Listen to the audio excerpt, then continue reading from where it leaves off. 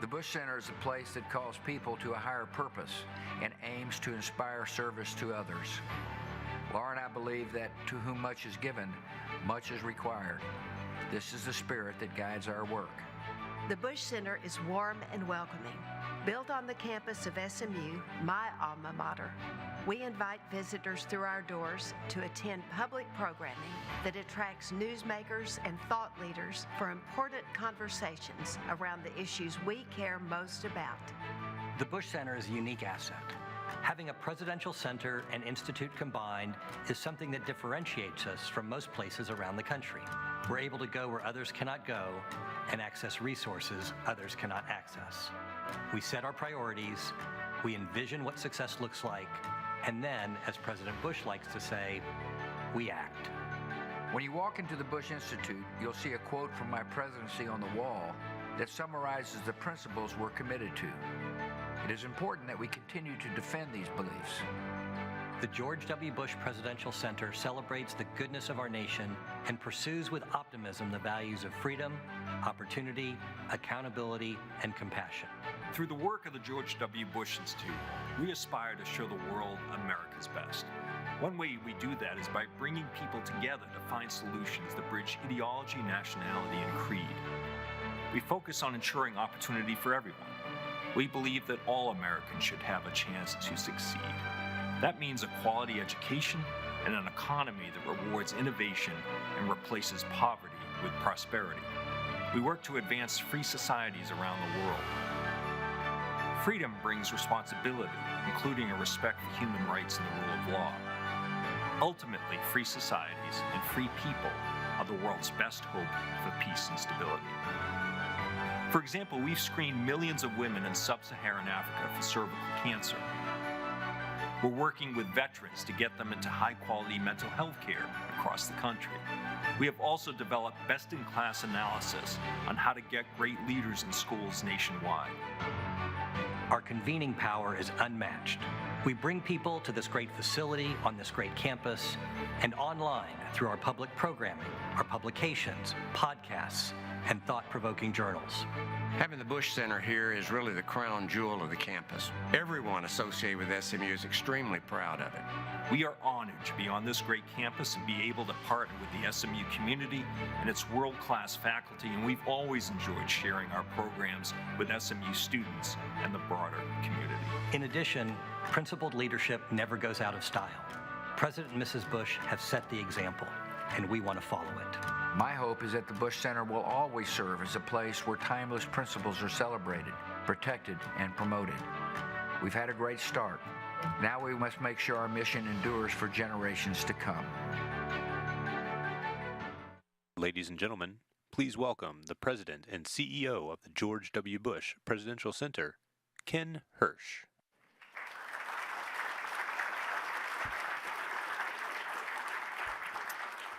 Good morning and welcome.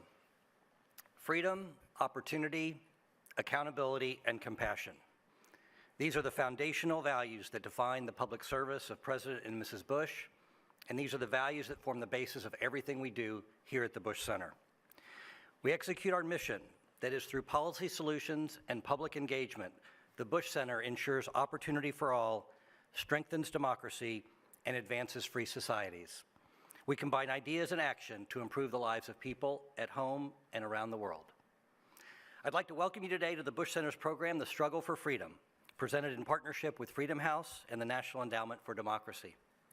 This program comes at a critical time. It seems like across the globe there are struggles and challenges. Each of these has at its core basic conflicts between freedom and authoritarianism. People and societies that wish to live against a backdrop of respect for the individual and individual choice versus those who seek to dictate how people shall live and from which set of choices they must choose. In President Bush's second inaugural, he declared that there is one force of history that can break the reign of hatred and resentment and expose the pretensions of tyrants and reward the hopes of the decent and tolerant, and that is the force of human freedom. I've observed three ironies, however, in this struggle. First, mankind, if it's so innate to our nature, why is freedom not the norm? Despite the fact that deep in everyone's core is the desire to be free, over the course of human history, more often than not, mankind has lived in a society where freedoms have been severely restricted. Political philosophers and sociologists have been studying this contradiction seemingly forever. Western liberal democracies started breaking the shackles of top-down governance over 200 years ago, and our American democratic experiment has evolved from that tradition. However, over the centuries, countless times such liberal democracies backtracked and succumbed to the rule of those who would restrict freedom. Even once achieved, freedom is not a given. It must be defended. Second, the very definition of freedom continues to evolve. Our institutional frameworks which created a self-governing system were designed by visionary yet flawed individuals. They were brilliant and they loved inefficiency. The founders feared a pure democracy, so they went out of their way to establish a representative democracy, a republic full of checks and balances, frequent elections, tensions between state and federal authority, and a Bill of Rights that would prevent any single individual or tyrannical majority from violating basic human freedoms that would define us. Our Bill of Rights enumerated freedoms, and importantly, the Ninth Amendment makes clear that our rights as citizens are not limited to those specifically outlined in the Constitution. Non-enumerated rights are ours, and we still wrestle with that definition. And finally, as we have learned, freedom is not free. While we are quick to defend rights conferred to us by a free society, we must also appreciate the duties conferred on us as members of a free society. As individuals, we have duties to respect each other, to respect the rule of law, and to appreciate that others before us made incredible sacrifices so that we could live in this society. We must be prepared to defend it and support our democratic institutions. We are blessed that our 250-year-old Constitution is a living document with mechanisms to amend, interpret, adjudicate, and evolve. As we know, our experiment in self-governing does not always get it right, and sometimes we get it very wrong before correcting.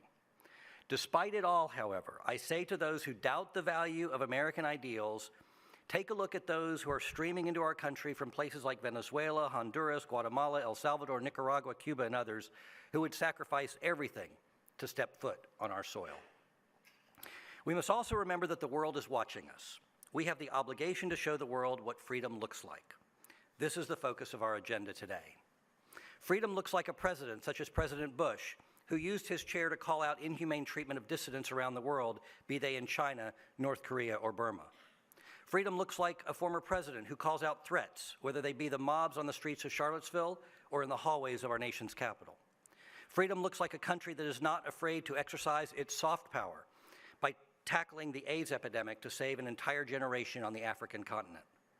Freedom looks like a society that will not shy away from conflicts between freedom and tyranny in places like Ukraine today, or years ago in Afghanistan, which served as a staging ground for global terror. And freedom does not look like making nice with the tyrannical Iranian regime, nor being silent when freedom seekers there are in the streets willing to give up their lives for freedom. If freedom is to come, we must stand with the brave Iranian protesters on the streets and call out that support loudly. Today, we will focus on this drive for freedom. It's all around us, and it's impossible to ignore. Sometimes the struggle is between nations, other times it's within nations, led by courageous individuals. The role of dissidents is vital to the process, to calling attention to conditions on the ground.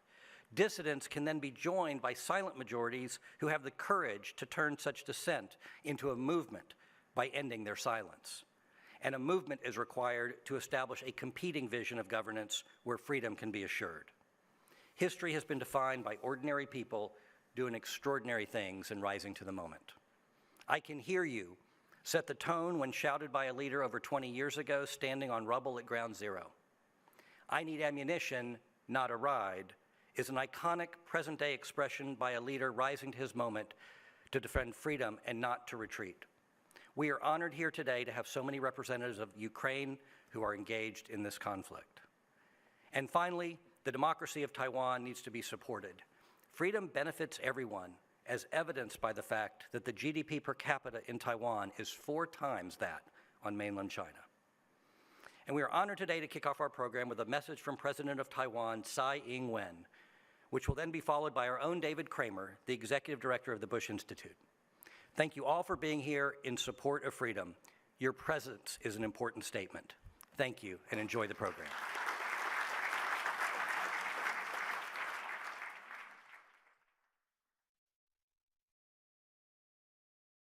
President Bush, Madam First Lady, distinguished speakers and guests, ladies and gentlemen, good morning. I would like to begin my talk by thanking the George W. Bush Institute, the National Endowment for Democracy, and Freedom House for inviting me to speak at this important event on the threats freedom faces and how we can advance liberty worldwide. Just a couple of weeks ago, in recognition of the unprecedented challenge facing democracy and its advocates, Taiwan hosted the 11th Global Assembly of the World Movement for Democracy. With our partner, the National Endowment for Democracy, we welcome more than 200 advocates of democracy, some of whom have devoted their lives to this work, and others who have recently started careers advancing this cause. These supporters of democracy make connections and strategize on how we all can work together better to make democracy stronger and more resilient. At this Global Assembly, we had the special honor of welcoming parliamentarians and members of civil society from Ukraine. I had the pleasure of meeting them and of speaking to them in person. They came not only with stories of courage, but also with warnings. Though he was held back by the war, Chairman Alexander Murasko of the Ukrainian Parliament's Foreign Affairs Committee still appeared online at the Assembly to share his assessment that the grand strategy of authoritarian regimes is to divide and destroy democracies one by one. He also summed up the response that we must adopt. That is, the rallying cry from all democracies must be one for all and all for one. In addition, this past August, Taiwan organized the Regional Religious Freedom Forum. Participants from across the Indo-Pacific shared their stories and advocacy experiences and discussed how to secure the right to practice one's faith at a time when religious freedom around the world is being curtailed by authoritarian powers. These recent events are just part of why I am very pleased to see Mr. Wilson, Dr. Twining, Mr. Abramovich, and Mr. Turkel among the speakers at this important gathering on the global struggle for freedom. Their presence at this conference can serve as an inspiration to our existing collaborations. I hope you all can learn from their experiences in Taiwan while you formulate ways to push back against authoritarian threats and utilize technology to secure the future of freedom. I want to reiterate here that this conference on the world's struggle for freedom could not have convened at a more significant time, as democracies and the rules-based international order are being challenged on a daily basis. As we work to resolve the lingering effects of the pandemic on the global economy and health, the fluid political situation in many countries around the world have only added to the already long list of challenges before us. The dangerous potential of authoritarian regimes to corrode democratic institutions and tarnish human rights and civic space cannot be ignored. Russia's unprovoked invasion of Ukraine serves as a prime example. This war is proof that dictatorships will do whatever it takes to achieve their goal of expansionism. Regretfully, the Taiwanese people are very familiar with such aggression, and we have our own experience with the struggle for freedom.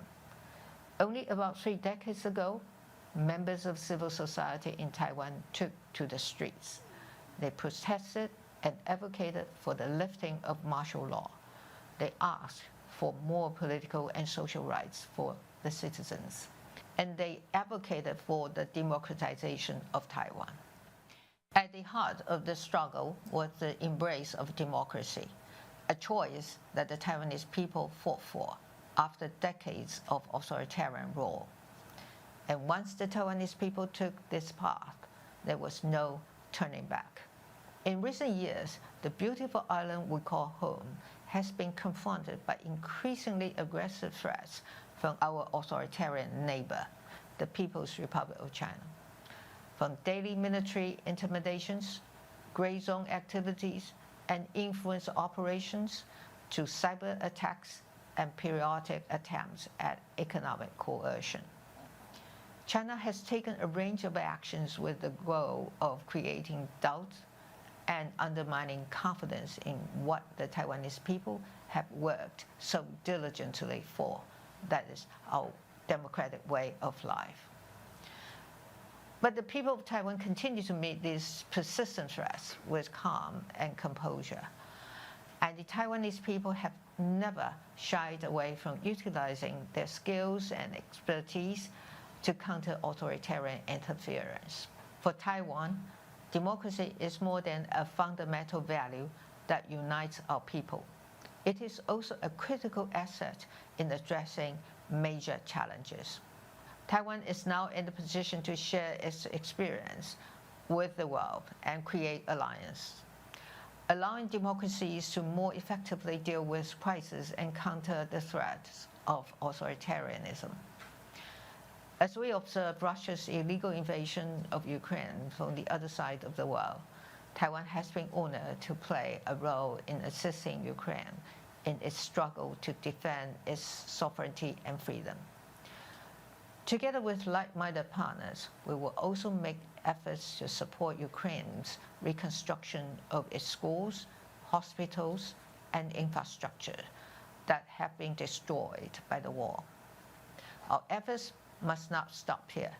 The menacing behavior of authoritarian regimes should be a wake-up call to all democracies. We must work together to strengthen our resilience and safeguard our values. But we can only achieve this goal with ample understanding of authoritarian tactics. That is why I'm pleased to learn that the George W. Bush Institute is already tackling important tasks such as combating disinformation, reducing corruption that fuels authoritarian governments, supporting civic renewal, and advancing human rights as national security. With all these ongoing efforts, we can now work together on countering and reducing influence exerted by authoritarian regimes worldwide. We must also strengthen the alliance of democracies to safeguard and serve the interests of the international community. I know there is an important panel in this conference on how the United States can help support democracy and human rights. U.S. administrations and members of Congress have always been staunch supporters of Taiwan's democratization and the democratic institutions we now enjoy.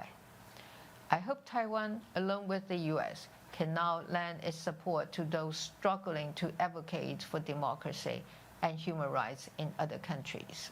Before I conclude, I want to take this opportunity to thank the United States for its unwavering support for Taiwan and thank the U.S. Congress for passing legislation to help ensure Taiwan's security. Of course, I also want to thank President Bush and the George W. Bush Institute, the National Endowment for Democracy, and Freedom House for the invitation to speak. As Ukrainian parliamentarian Kira Rudek told us while she was in Taiwan, she said, "History is teaching us over and over again that unpunished and unremedied evil deeds will return. Let us work together to ensure that the expansionist deeds of authoritarian states neither flourish nor return." Thank you very much.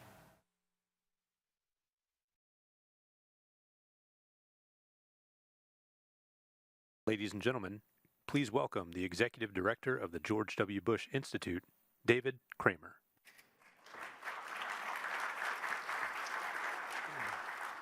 Good morning and welcome again to the Struggle for Freedom Conference here at the George W. Bush Institute in partnership with Freedom House and the National Endowment for Democracy. And a huge thanks to President Tsai for providing those remarks to set the stage here for us today. Regimes and the way they treat their own people are often indicative of how they'll behave beyond their borders in foreign policy. And so when we see the worst crackdown on human rights inside Russia under the Putin regime, we shouldn't be shocked or surprised when Putin decides to invade some of his neighbors, including today Ukraine. With the genocide against Uyghurs in China, we shouldn't be surprised when the Communist Party in Beijing threatens an island of democracy like Taiwan. And when the Iranian regime cracks down on peaceful protesters demanding respect for human rights and freedom, we shouldn't be surprised that they are among the leading sponsors of terrorism. What happens in other countries matters here. It is important to people in Dallas, in Texas, the entire United States. And that's why we wanted to bring this conference to you today, to underscore how important developments in other places that may seem far away are in fact very important and matter to us every single day. We have put together a great conference with a number of stars, activists, dissidents, leaders in the non-governmental organization community, and leading officials. And we're very grateful that all of you are here with us today in the auditorium and watching on live stream.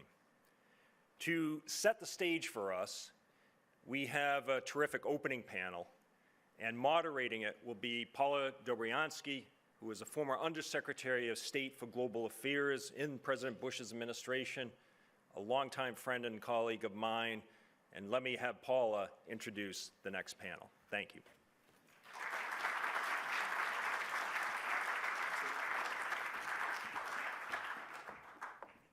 Thank you, David. Thank you, David, and good morning, everyone. I'd like to emphasize the statement made by the President of Taiwan. She mentioned that this forum is being held at a most crucial and critical time, and she's absolutely correct. And for that, I want to thank and recognize the Bush Center, the Bush Institute, Ken Hirsch, David Kramer, and the entire team that's hosted us here today, and all of the supporters of the Center and the Institute who are here with us. We're also very gratified that the National Endowment for Democracy also is a sponsor, as well as Freedom House. So thank you for that. We have a lot to cover and in a really targeted time this morning. And I think that we're going to set, at least I hope, a bit of a framework and tone as we go forward for the day. We have a star panel, distinguished speakers. Let me introduce them very briefly. We have Damon Wilson here, who is the president of the National Endowment for Democracy, and thank you for the co-sponsorship. Thank you, Paula. Nicole Bibbins-Sadaka, who is executive vice president of Freedom House, and she is also the David and Kelly File Fellow here at the Bush Institute. Welcome. And Dan Twining, who is the president of the International Republican Institute. So with that, let me go to the first question. And Nicole, I'm going to go to you first. And we're going to take it with each of you. You, Dan, and then back to Damon here. You know, the title of this conversation is The Global Struggle for Freedom. Define for us, what in your view is that global struggle for freedom right now? How do you see it? And why does it matter to those out here in this audience, here right now in Dallas? Yeah. Thank you, Paula, and thank you to the Bush Institute for hosting us. It's a delight for Freedom House and Ned to co-host such an important event at a time like this. We know that 38% of the world's population lives in a not free country. That means that the things which we enjoy every day, the ability to speak freely, to criticize our government, or to support the candidates that we care about, to worship freely, to speak openly about political issues, to assemble with those that we have like-minded interests with, those don't exist in those countries. And we know exercising those freedoms will likely land you in jail or worse. And we know that there's only one reason, and that's because there are authoritarian governments around the world that are committed to restricting the space for their own citizens in order to hold on to power and to enhance their own personal interests. They're doing it through corruption, they're doing it through repression, and that's what we're seeing around the world. We know that only 20% of the world's population enjoys much of the freedom that we enjoy. But the concern is also that those authoritarians are not just repressing those at home, they are taking this show on the road, so to speak.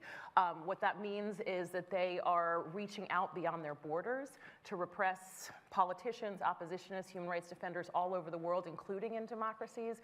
They are disrupting the international financial system with the same type of corruption that they exercise at home. And so this is not just something from faraway countries. This is something that's hitting us at home, and it's hitting the global system. And so I think for all of us, regardless of where we sit, this is a concern that we all share. All right, thank you. Dan, let's go to you. How do you see it? So, and why does it matter? Paul, I'm very proud to be here with you and David Kramer and so many friends. I would just like to say we have great freedom fighters here with us from Venezuela and Russia and other countries, so I hope you have a chance to engage with them. They're the real heroes. A couple things. Why does this matter? Our way of life, our freedom at home, as Nicole suggests, is not safe in a world where authoritarian aggression is on the march. You have seen Putin's brutal attempt to swallow a democratic neighbor in Ukraine. You just saw President Tsai of Taiwan. Xi Jinping in China would like to swallow Taiwan brutally in the same way and kill or imprison her and oppress China's free people in the same way that people in China are oppressed. Why should we care? We should care because the world's pathologies emanate from either dictatorships or broken states. That's why we should care about democracy. Authoritarian aggression that swallows democratic neighbors and crushes aspiration, the kind of dictatorship that destroys human potential in places like Cuba, the kind of violent extremism that flourishes where freedom is not available to citizens and democratic dignity and rights, uncontrolled mass migration. You've seen a third of the population of Venezuela leave that country. It was the richest country in South America because of brutal, corrupt dictatorship there. So we should care about this struggle, I think, for moral reasons, but we should care about it for very pragmatic reasons. And we should understand, Paula, that the liberties we enjoy at home are not safe in a world where strong men are committing the kind of crimes that we're seeing in real time in Ukraine, that is dangerous for America, even if we don't care about foreign policy and grand strategy, that we don't want to live in that kind of world, and we have an obligation to support freedom around the world because it produces all these other things that are quite good for us here at home. Damon, same question, please. Paula, thank you, and it's a real pleasure to be here at the Bush Institute. We love partnering with the Bush Institute Freedom House on this. Shout out to Ken and David for hosting us, and it was a real honor to be here with President Bush, who is such an articulate leader on these issues and the freedom agenda. The struggle for freedom, you look around the world and you see and you feel what the struggle for freedom is. It's President Tsai of Taiwan trying to preserve and promote a vibrant, healthy democracy in Asia threatened by an authoritarian China. It's the incredibly courageous women on the streets of Iran demanding respect, demanding individual liberty. It's people who are toiling in Russian prisons because they dare call the invasion of Ukraine a war, or those who are incarcerated in Cuba who stood up last summer and continue to protest for their voice, their rights. You see the struggle for freedom universally around the world. You feel it. As Dan said, you will feel it and hear it from some of the colleagues who are with us here. But its most simple element, mothers and fathers know that they want the best for their children to be able to grow, prosper, and be who they can be and thrive. And at the end of the day, it's quite simple. It's the ability to be free to determine your own path as an individual, collectively as a society, to determine your own future. It's an elegant, simple idea. Collectively, the struggle for freedom is what we're all invested in to support each other's ability to determine our destiny.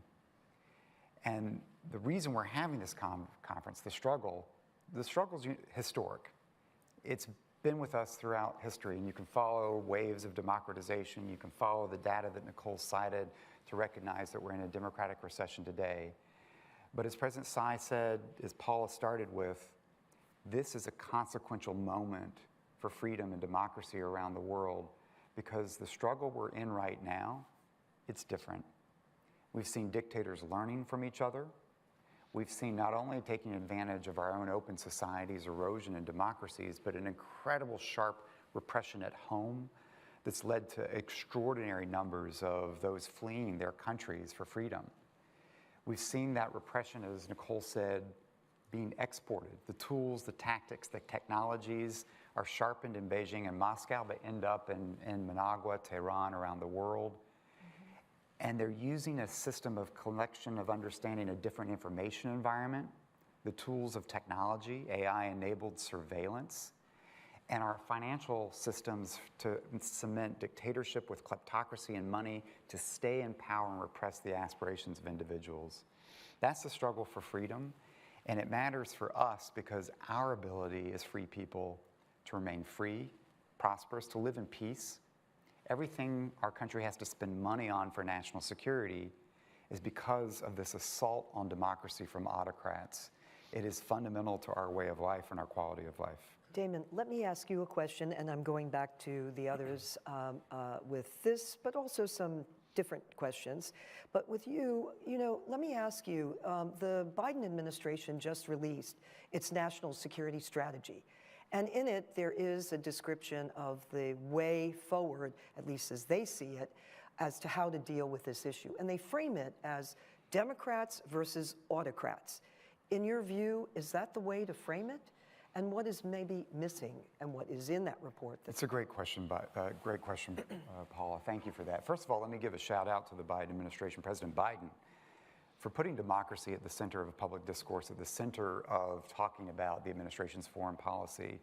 I think building on what we saw with President Bush's articulation of a freedom agenda, that language matters. And it matters what the United States, what an American president says. At the same time, I think we need to be careful when we think about the struggle between democracy and autocracy, and I think there's something to that. We aren't just seeing isolated issues out there. We're seeing an autocracy, Inc. We're seeing bad guys working together. We're seeing the effort to undermine the norms that support democracy around the world. It's an important framing. And yet I think the most important thing when you think about the struggle for freedom, the real struggle are those Russians who believe in a democratic Russia, those Ukrainians that are fighting to protect their freedom from Vladimir Putin, those Iranians who believe that they have the opportunity to have the same rights that we share, and I think the Venezuelans who are with us that you'll hear from in this conversation.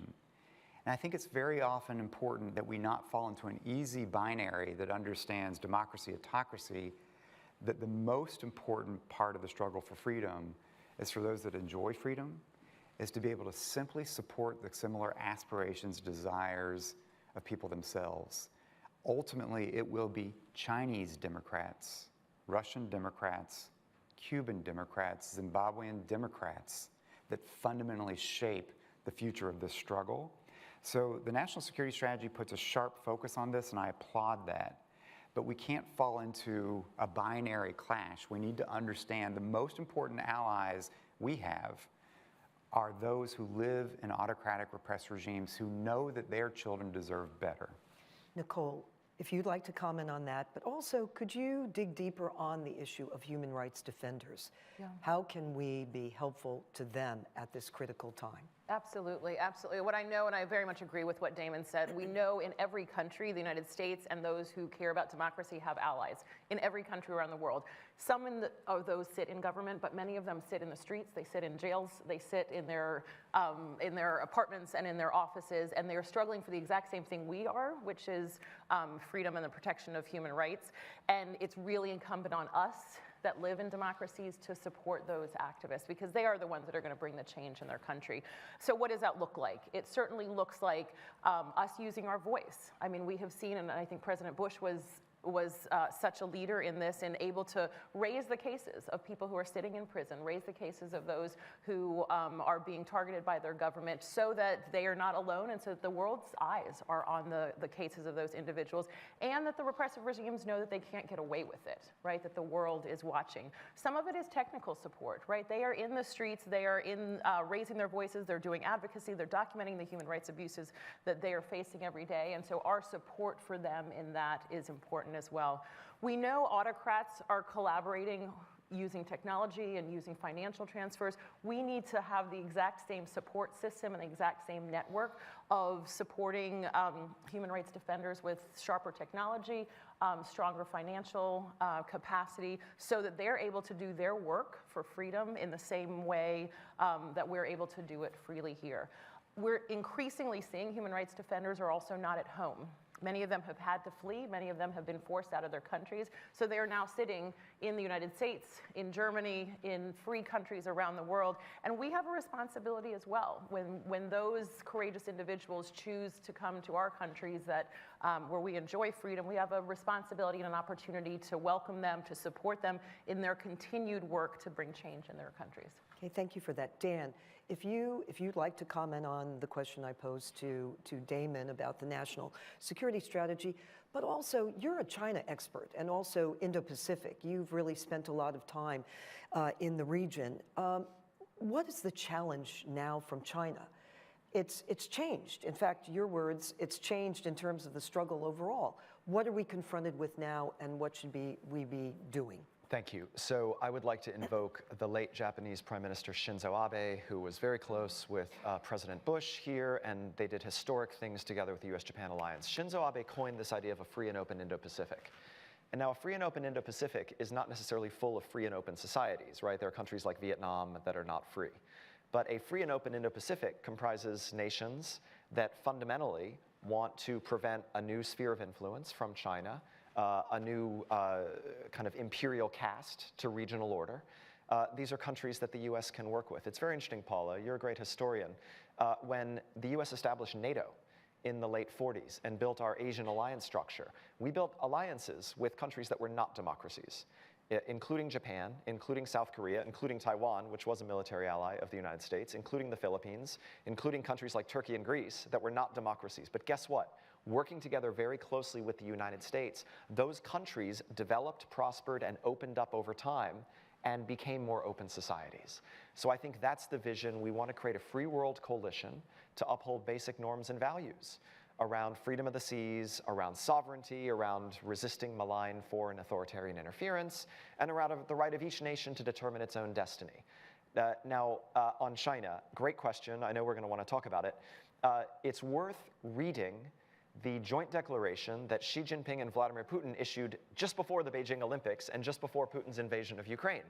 Because if you want to know what an alternative world order that wasn't structured around American power and values looks like, they have produced a blueprint for you.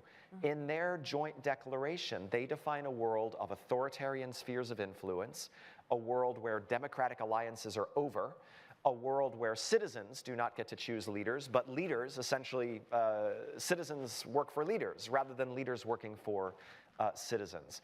That is a very dangerous world. It recalls things like the Molotov-Ribbentrop Pact, right? Between Stalinist Russia and Nazi Germany in an earlier era. It's scary stuff to imagine. We need to push back with other free nations against China's efforts not only to develop its extraordinary Orwellian surveillance suite, but to export that. China has exported surveillance technology to 80 countries around the world to help unfree governments control their citizens. China runs influence operations in all of our countries, including in the United States, to try to get us to back down from things like supporting Taiwan or holding China accountable for its human rights abuses, or sharing technologies with China that empower its military arsenal against the United States and other free countries. So there's a lot more to say about this, but really, fundamentally, we care about freedom and democracy everywhere. We think it's intrinsically the right of every human being. I know President Bush believes that. But we also need to care about these issues strategically, because if China should succeed in dominating the commanding heights of technology, AI, quantum computing, control of data, there will be no freedom anywhere in the world.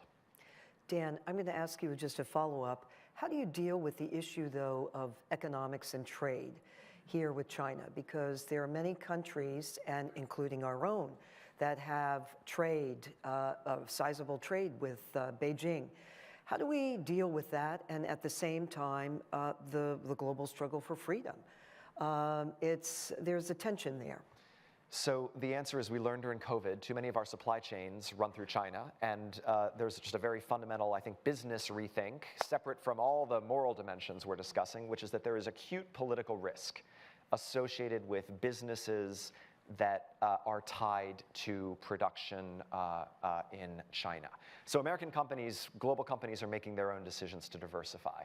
That's one. Two, you just heard from Tsai Ing-wen, 90% of advanced semiconductor manufacturing in the world is on the island of Taiwan, which is a fundamental problem because they took my phone away from me before I came out, but I was going to hold up my phone and say, all of you, your phones will stop working if China invades Taiwan and controls global semiconductor production. Your cars will stop working because guess what? All of our cars now are computers that rely on these advanced chips. I could go on and on, but fundamentally, we have to think about, I think, economic security as part of our national security, and we need to not fall back into blunt protectionism. Because guess what? 95% of the people live out of the United States. American companies do want to export to them, invest in those countries, trade with them. That's how we became prosperous, right? Was being tied to the world.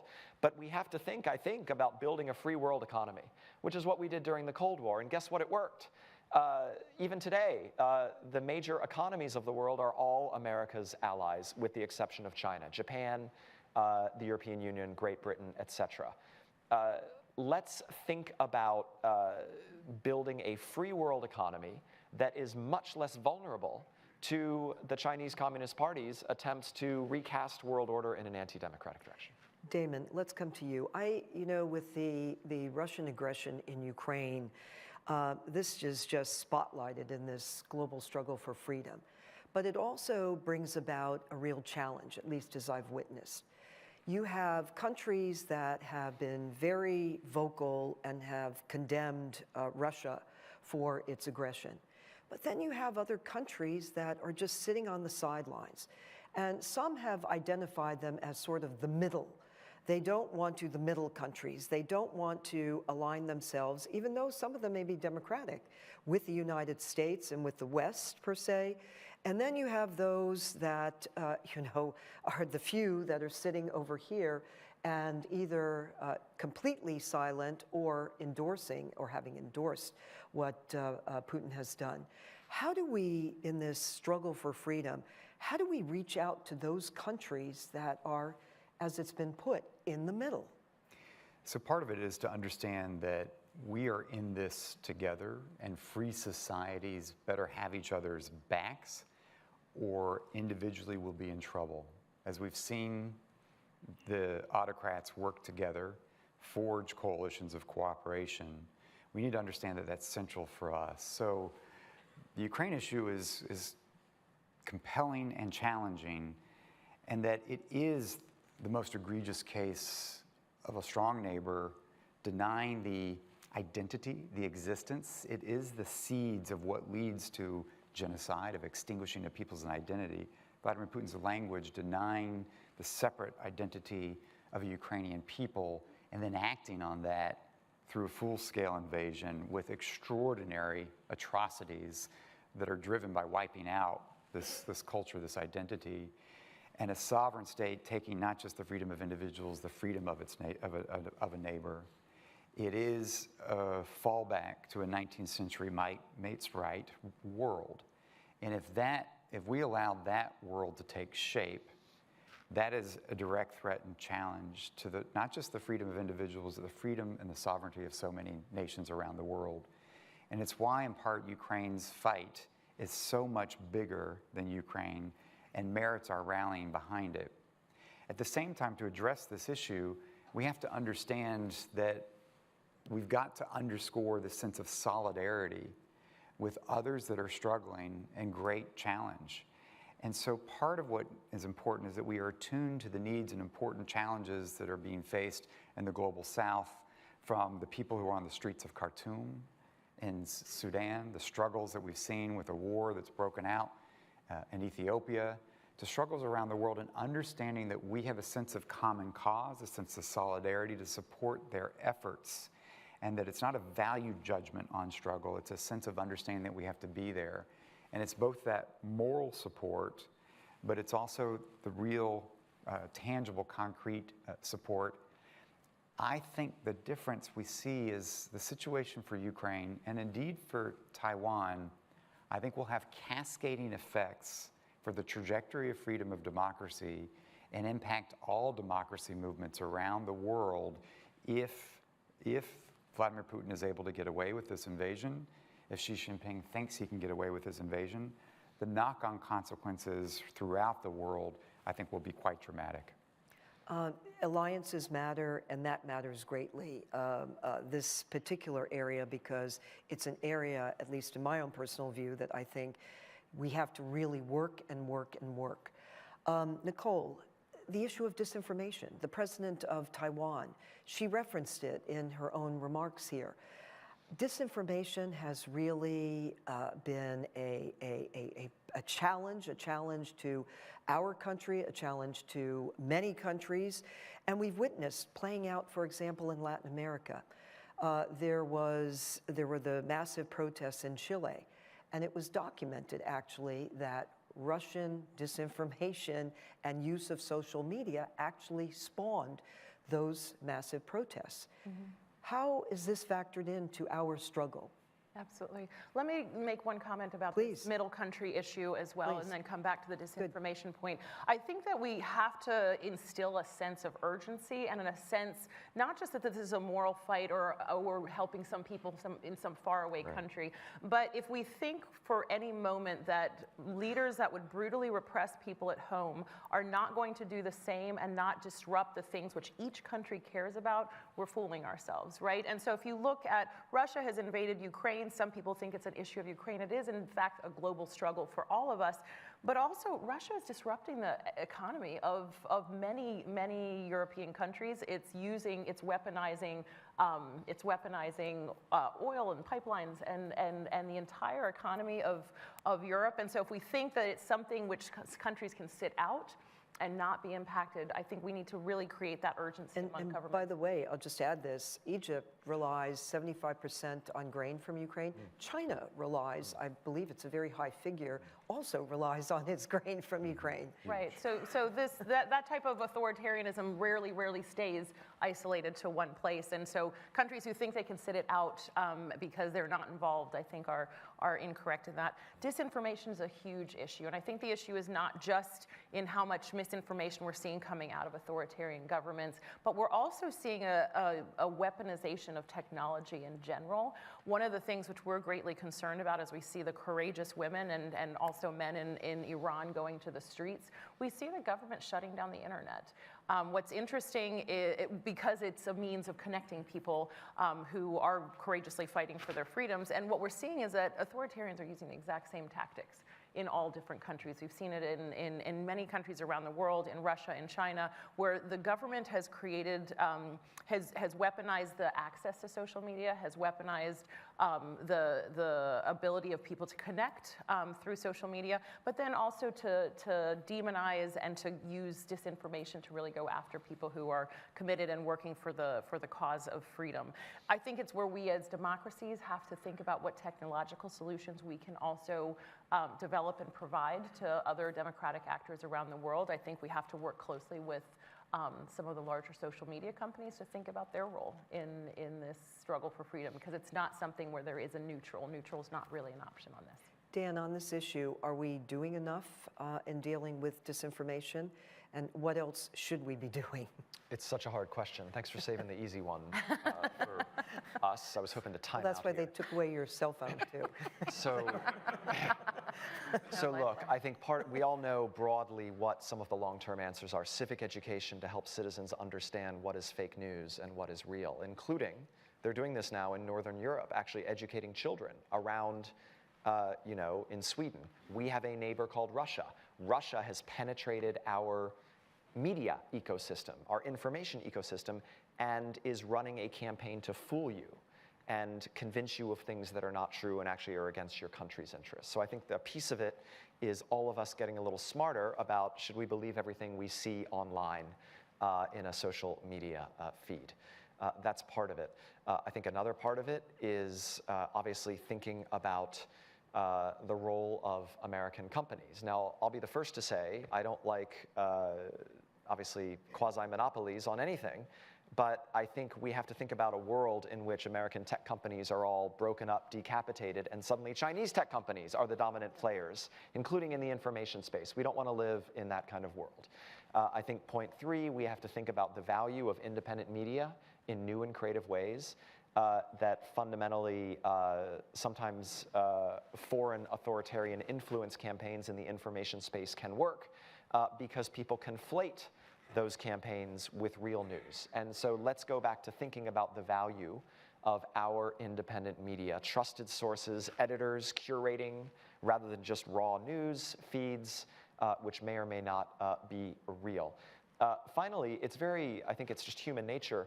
It's very easy to see something online and get very excitable and agitated, and suddenly you're arguing with your neighbor or your family member. And we just have to remember that part of winning in the information space is pulling together, understanding that this is part of the great power competition in some domains, that foreign authoritarian actors are attacking our democracies in the information space. And we need to understand what they're up against. Finally, sorry, I would just say, we have to help people inside of closed societies get real news, because there is a hunger. The US did this during the Cold War, as you well know. We have to go back to playing offense and sharing real news with people in closed societies, because in Iran and China and Russia now, they have or are building great firewalls that are designed to convince people that state propaganda is true. And it's a lie, much of it. But so helping people understand the truth, including in these societies. I'm going to come to Damon, and I want to ask you about corruption. The president also referenced corruption in her remarks, but a quick one for Dan, and that is India. Here we have one of the largest democracies in the Indo-Pacific, and I mentioned Ukraine. It's been challenging because India relies, well, on Russia for its arms. Russia is the #1 supplier to India for arms, but also there's the crude oil, which India relies on Russia for.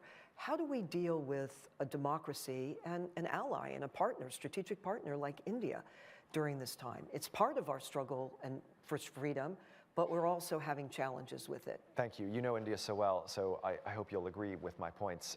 India, we have a huge stake in India's success as a strong, thriving, prosperous democracy that frankly can have another 20 years ahead like China's last 20 years in terms of its own development trajectory, but obviously under free institutions and with free people.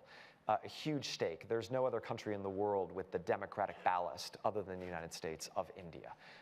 There are things that have really pulled us together here for the last 20, 25 years, starting with our mutual concern about Chinese power and ambition. Indians, frankly, are much more like-minded with us on this score than some of our oldest allies in Europe and elsewhere.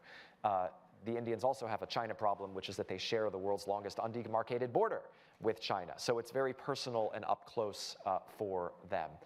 So the answer has to be to work closely with India to encourage its continuing democratic success story and prosperity. But we have very different views on things like trade, on things like data, on things like free media, and we're just going to have to work together despite our differences. But I think everybody needs to understand, if you haven't been to India, that this is a vibrant, pluralistic, open society. President Bush, to his great credit, saw that, established a transformed relationship with India through his personal leadership. And he was looking ahead 20, 30 years and understanding that great democracies have to work together to sustain a free and open world. I think India is going to be central to that. Thank you for that, because I think it underscores that we're close partners, and we have a strategic partner established by President George W. Bush, but at the same time, there are challenges. We don't see things always eye to eye, and in this struggle, it's not always aligned. Corruption. Damon, isn't this, the president did mention that in her own remarks, isn't this also a real challenge to this struggle? And how do we combat it? It's a massive challenge, and we've really made a good transition from perception of understanding corruption, bribe here or there, thanks to the good work of people like Charles Davidson, who's with us, Chris Walker at the Endowment, to understand that we're actually talking about something bigger, about kleptocracy, about how the use of financial assets gets linked in with autocratic regimes, using financial systems often in the West, and this pernicious intersection, so that Vladimir Putin isn't just a dictator, he's an extremely wealthy individual that has built a kleptocratic machine that has been mirrored and developed by President of Equatorial Guinea.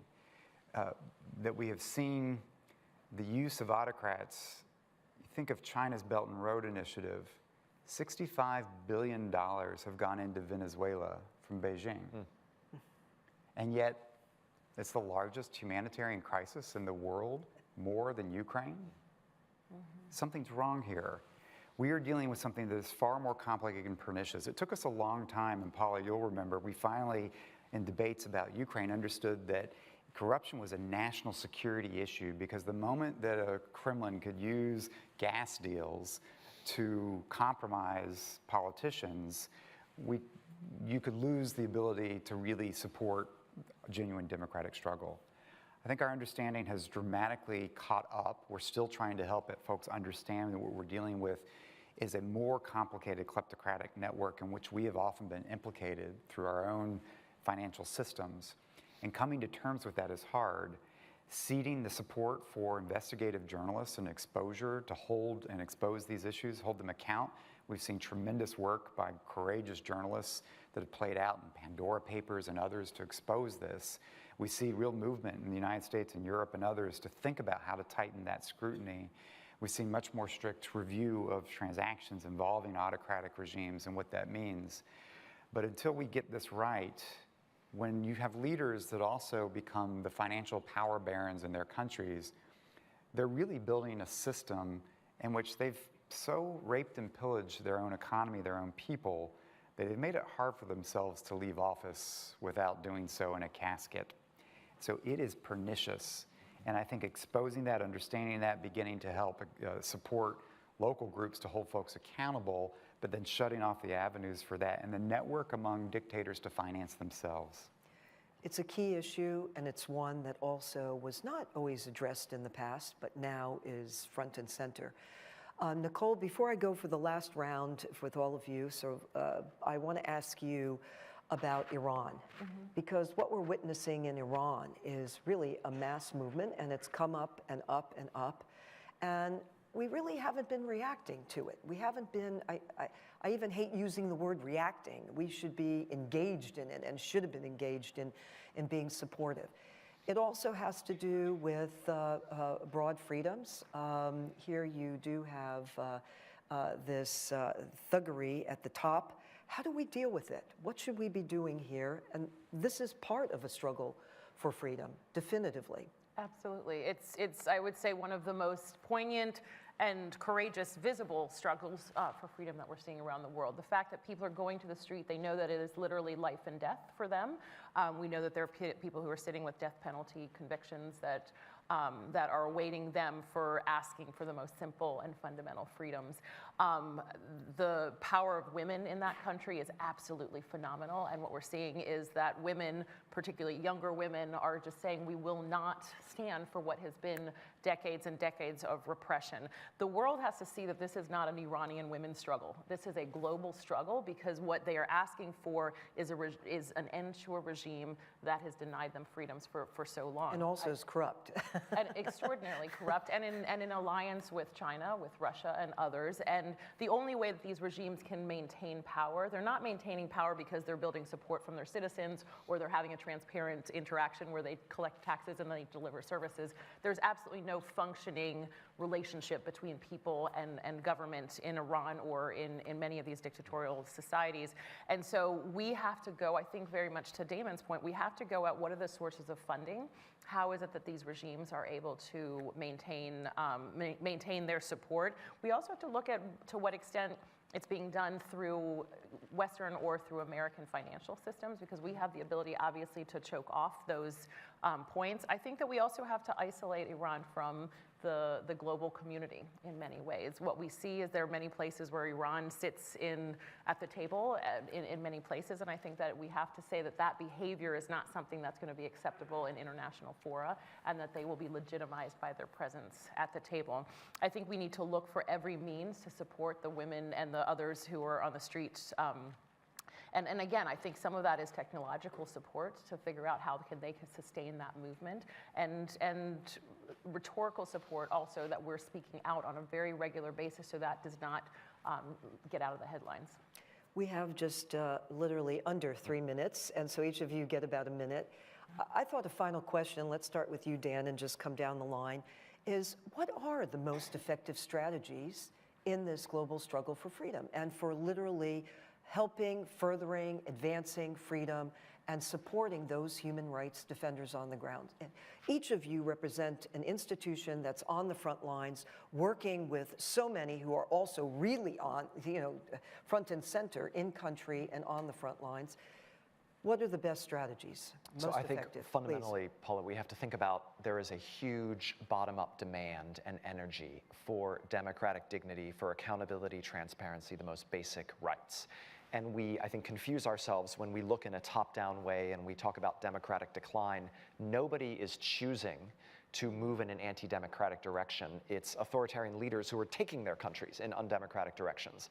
So when we think about our global engagement, well beyond our diplomacy, which often is government to government, we need to think about supporting citizens who are trying to build freer and more open and more prosperous societies. The other thing I would say in 10 seconds is we have to work very closely with our democratic allies. There are very exciting things happening on India. The Quad. There's I2U2, which is India, Israel, the UAE, and the US. There's AUKUS, US, UK, Australia. There are exciting things happening in terms of Sweden and Finland have joined NATO. Let's get the democracies together to try to solve some big problems here. Okay, great. Nicole? Excellent. We know that authoritarians have very clear tools. They are in technology, they're in corruption, transnational repression. We see them. We've got great journals that are being put out outlining what those are, and what we need to do is systematically go after them. We need to mobilize democracies to have a bulwark against those and really take it on the offense. And while we're countering authoritarian power, we also have to know that the people on the ground who are courageously doing things which are much harder than any of us do on a daily basis, that they need every bit of support. So that means that we have to rhetorically recognize and meet with and validate their struggle, keep it in the headlines. We need to provide them with the tools that they need, and we need to make sure that we don't validate the repression that the leaders of many of these countries are enacting on their own people by meeting with and failing to call those out when we see them. It's also great. Freedom House puts out its annual report that everyone looks to, not just in the United States, but globally. Globally, it's a tool and an instrument that provides an important standard and measure and is so helpful to policymakers as well as others. Thank you. Damon. Paula, we like to say at the National Endowment for Democracy that we need to be confident in the values that underpin what we're talking about, the democratic aspirations, these values. We can be proud of our work, but we need to be humble in our approach. At the end of the day, supporting the aspirations of democracy are for people to be able to make their own mistakes, to have a system to resolve differences peacefully, and a system to fix themselves, improve themselves. That's an American story.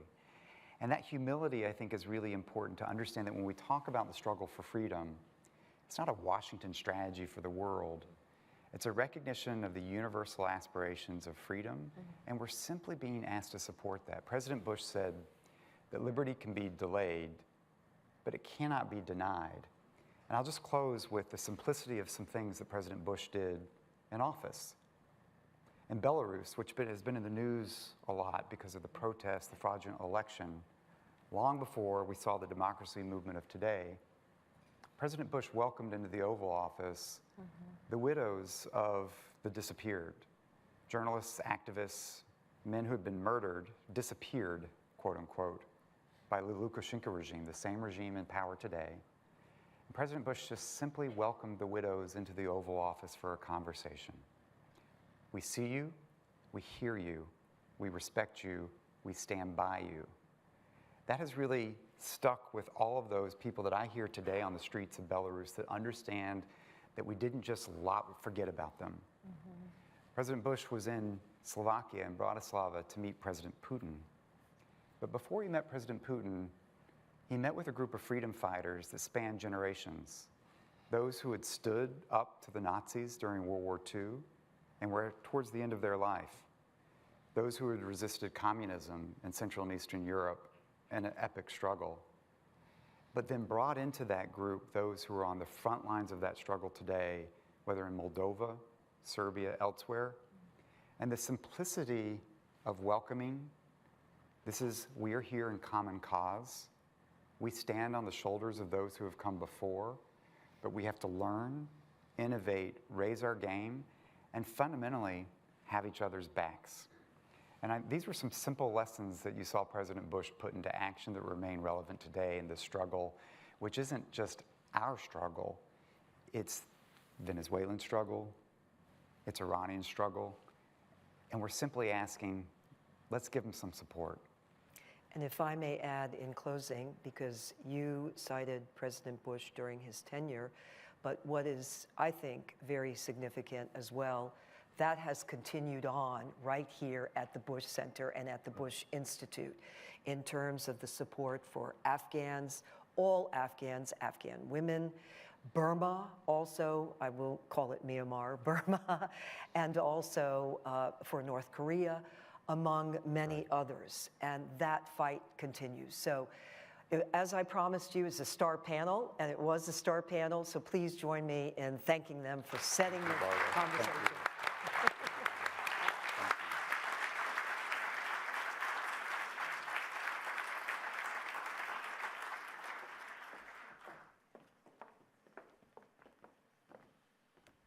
Ladies and gentlemen, please welcome the CEO of Harris X, Tertan Nesho.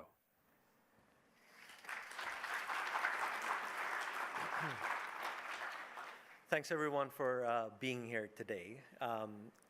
As part of the program, working together with Michael Abramovitz at Freedom House and David Kramer at the Bush Institute, we thought we would do a survey of the perceptions of Americans around democracy at home and abroad. And our core thinking going into this project was that the arsenal of democracy, above and beyond our military might or economic prowess, is really the steadfast commitment of citizens to liberty, freedom, democratic institutions, and actually the ability to make sacrifices or to be willing to make sacrifices to protect those liberties and those democratic institutions. And so we put together this survey of close to 2,000 American voters, and with a wide range of perspectives from Democrats, Republicans, and independents. And this was conducted right after last week's midterm elections, so this is very much hot off the press, to give you some of that perspective.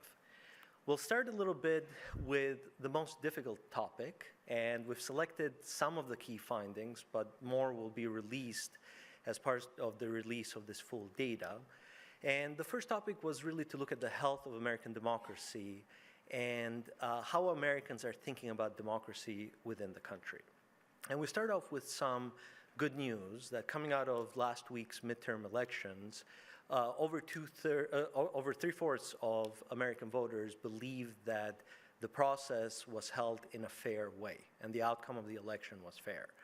This is very important because even in this survey to date, over 1/3 of American voters still believe that there were problems with the 2020 election and that the results of the 2020 elections were illegitimate. So these kinds of findings help reestablish confidence within the electoral process within the country and help calm down some of the polarization and the politicization that we've been seeing and encountering. Nevertheless, there is frustration in the general workings of American democracy, with 60% of the respondents saying that American democracy is not working as intended. One of the things that we see historically is that when the perceived gap between the ideals of American democracy and the performance of our institution grows in the eyes and minds of the American public and the American voters, there is this general sense of frustration. It has to do with the current economic situation. It has to do with gridlock in Washington, but it's also a story of polarization. If we had asked this question, and I have asked this question in the previous administrations, you would see the responses of Democrats who think that things are going well and Republicans who do not, almost reversed in the same proportions.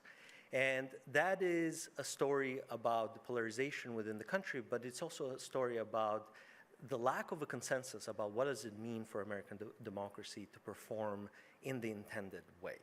And that is why we are all here today, in terms of reestablishing that consensus and being able to move away from partisan frames as to what's going on in the country and into more principle-based frames. So no surprise that 55% think that democracy in the United States is getting worse. There's an old quip that America is a country of unhappy optimists, and that's very much reflected within this data, but it points to many of the themes that I just addressed and as to why there is general frustration. And most importantly, we wanted to assess the confidence in American democracy. And a small majority are still confident in American democracy, and a small majority believe that America will be a democracy. But however, 45% were not sure whether or not America would be a democracy in 20 years. So again, there's some work to be done at home. Things are moving in the right direction with the outcome of the midterm elections, but you see that there's general concern about the state of American democracy amongst voters. Now, voters also think that everything is terrible in America and we are the worst performing democratic system except for all of the others. And one of the things that emerged within the findings is that voters still believe in American exceptionalism.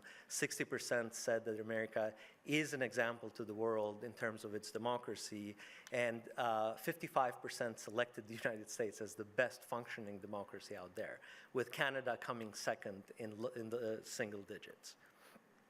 Now, we also wanted to look at the health of global democracy. It's a lot of data, and I'm going through it quickly, but we'll just address some of the themes. Fundamentally, there's a very strong correlation of whether or not Americans consider countries to be allies and whether or not they consider them to be democracies. And you see that in this list that American voters, and as is perhaps the case for the American government, just gets along much better with other democracies and tend to consider them as allies and also as co-democratic partners. However, overall, voters were split on whether global democracy is expanding or whether it is in retreat, pointing to the current economic environment and the current political environment around the world, which is, again, quite challenged. And they're very much spot on in terms of this perspective. In terms of how much is being spent on democracy promotion and how much aid goes into it, a plurality of voters did not know, and when they did have a perspective, they thought that the United States spends a lot more on democracy promotion than it actually does. It's estimated to be about $1 to $2 billion, and you see that a majority thought it was a lot more or didn't quite know. And a similar picture also emerges when it comes to aid, general aid that is being pushed out through USAID and other institutions. And their general perspective is that we should do more with less. So they are in favor of turning up the dial on democracy promotion activities, but also they are concerned that the United States government is spending too much money, especially when it comes to aid, which is an interesting tension that exists within the opinions of voters and within the body politic.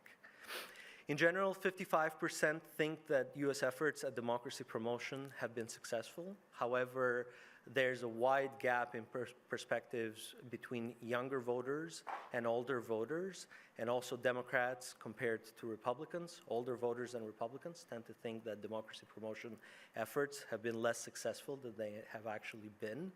And younger voters and more Democratic tend to be much more positive in those perceptions. And again, 62% think the U.S. should engage in democracy promotion somewhere in the world and at a higher extent. And you see a list of the priorities amongst that 62%. Ukraine, Latin America, Middle East generally, South and Eastern Europe, and then a list of countries, Venezuela, about a third, and so on and so forth. So in general, the perceptions of voters towards democracy promotion are quite strong, although, some qualified opinions in terms of how much we are spending. So over half of voters, and including 2/3 of Democrats and half of independents, said that the U.S. should support activists pushing for human rights and freedom in Iran. This is an issue that's still emerging, so we would expect these perceptions to grow as we go on.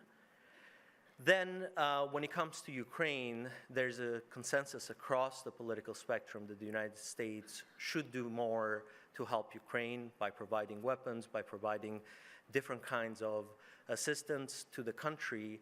And in general, American public opinion has been even stronger than the actions of the administration when it has come to supporting Ukraine. And you see that with the most sort of complicated but also elucidating question that we asked within this poll, which is, if Russia uses a tactical nuclear weapon, what would American voters want the United States to do? 4 in 5 voters would opt in for some kind of an action. 2/3 would bring Ukraine within NATO. And beyond that, you see that a very strong 2/3 of voters would actually want the United States and NATO to neutralize Russian military presence within Ukraine. And then also commenting on Taiwan in the last 15 seconds or so that we have, the United States voter is also very strongly committed to democracy in Taiwan and to being able to do more to defend that democracy within the country.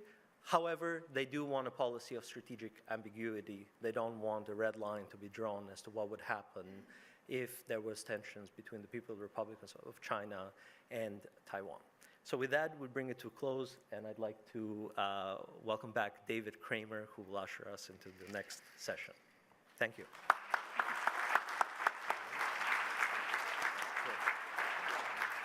Dritan, thank you so much. It's incredibly important to know what our fellow citizens feel about all these issues, and that's why we're so grateful to Dritan and Harris X for providing this poll for us, specifically tailored for this event. We're very grateful for that. Ladies and gentlemen, we are going to take a break. We will be back here at 10:45 for a conversation with President Bush. He is known for his punctuality, so please also share that trait if you would. Thank you very much. And coffee and refreshments just outside the auditorium here.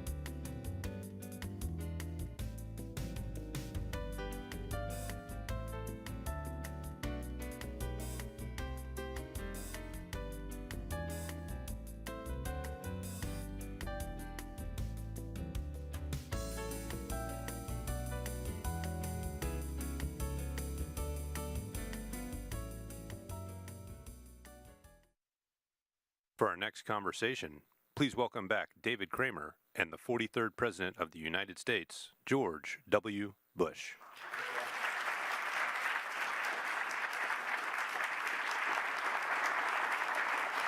Thank you all.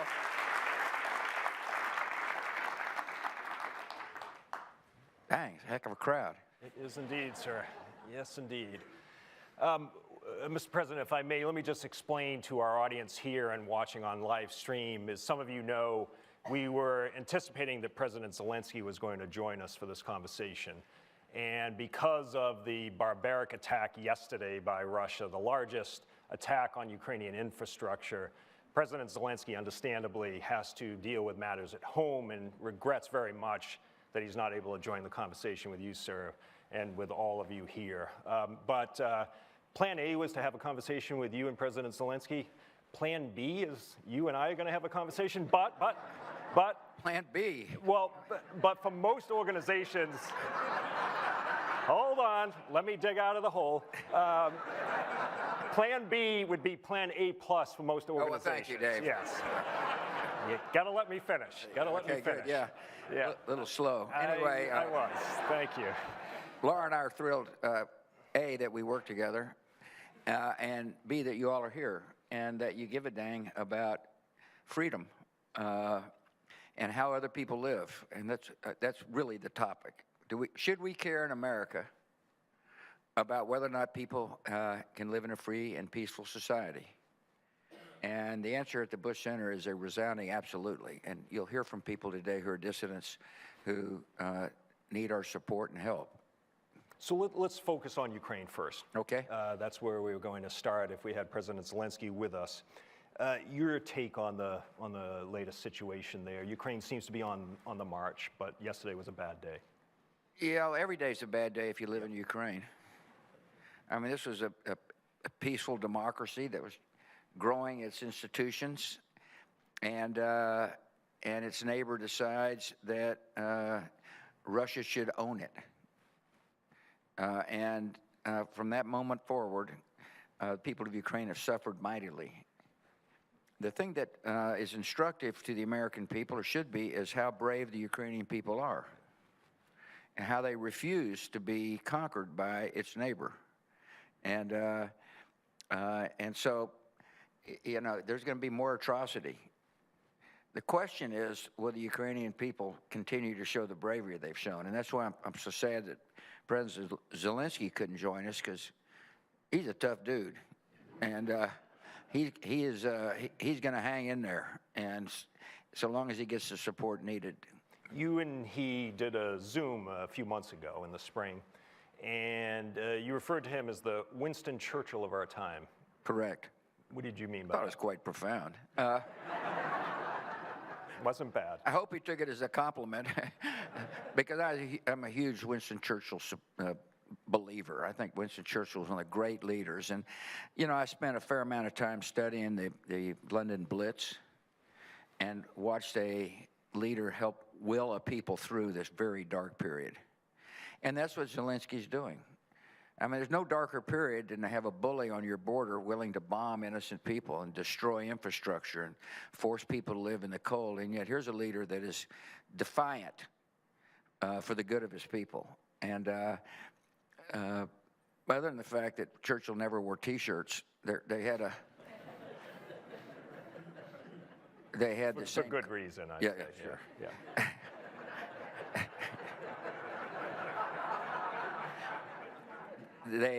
He shows the same amount of courage. Yep. And history will judge him, you know, as a remarkable leader, I think. Well, we certainly send our very best to him and the do. Ukrainian people through these very difficult times. Mr. President, there are some Americans who wonder, why should we support Ukraine? Sure. And that's always been the case in our country. There's kind of an isolationist tendency at times to say, you know, we've got our own problems, let others solve it. It's kind of like the pushback we got on HIV/AIDS, PEPFAR. You know, there's a whole generation of people dying on the continent of Africa, and there were some in our country saying that, why do we want to spend money on total strangers? And one answer is because that's who we are. We're a generous, decent people that care about the human condition elsewhere. We recognize we can't solve all world problems, but we certainly can deal with the big ones. And there's no bigger problem than to have a young democracy bullied by its neighbor, by an autocrat. And we should care about the human condition elsewhere, and we should care about whether or not this young democracy survives, because it's in our national interest. It's not only in the moral interest, in their national interest, because, and here's what the American people have got to think about: what will Europe look like 10 years from now if Putin conquers Ukraine? The whole strategic balance of Europe shifts dramatically. And by the way, next would be the Baltics, with whom we've got an alliance called NATO. And the whole trading regime of the United States and Europe shifts dramatically. So it affects us economically.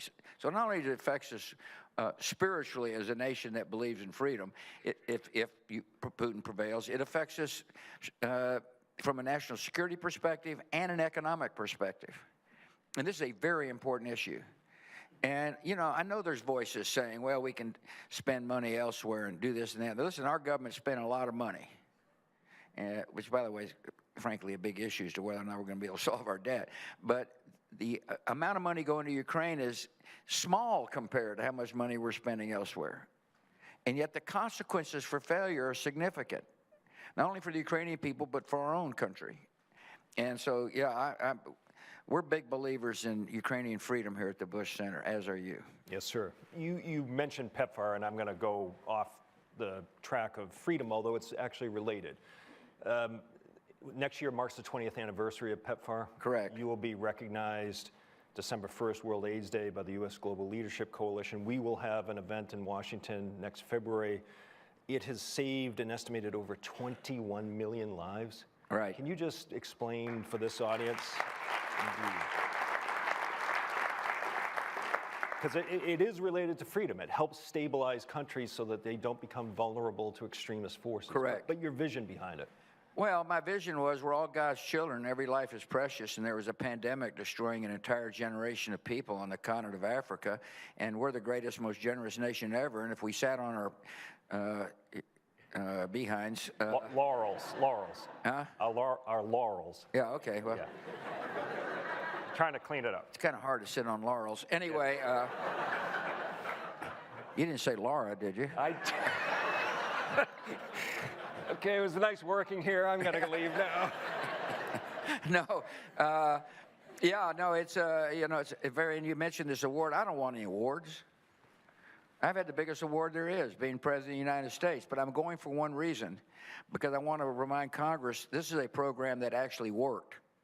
We set clear goals, measurable goals, and we continue to measure the goals, and therefore their money being spent is effectively being spent. And that's why we're going, is to help. But the people who deserve the credit are the American people. They funded the program, except they have no idea what we're talking about. And so to the extent that we're going to talk about it in Washington, we'll hopefully remind people about the generous nature of our country and the impact we can have on dealing with big issues.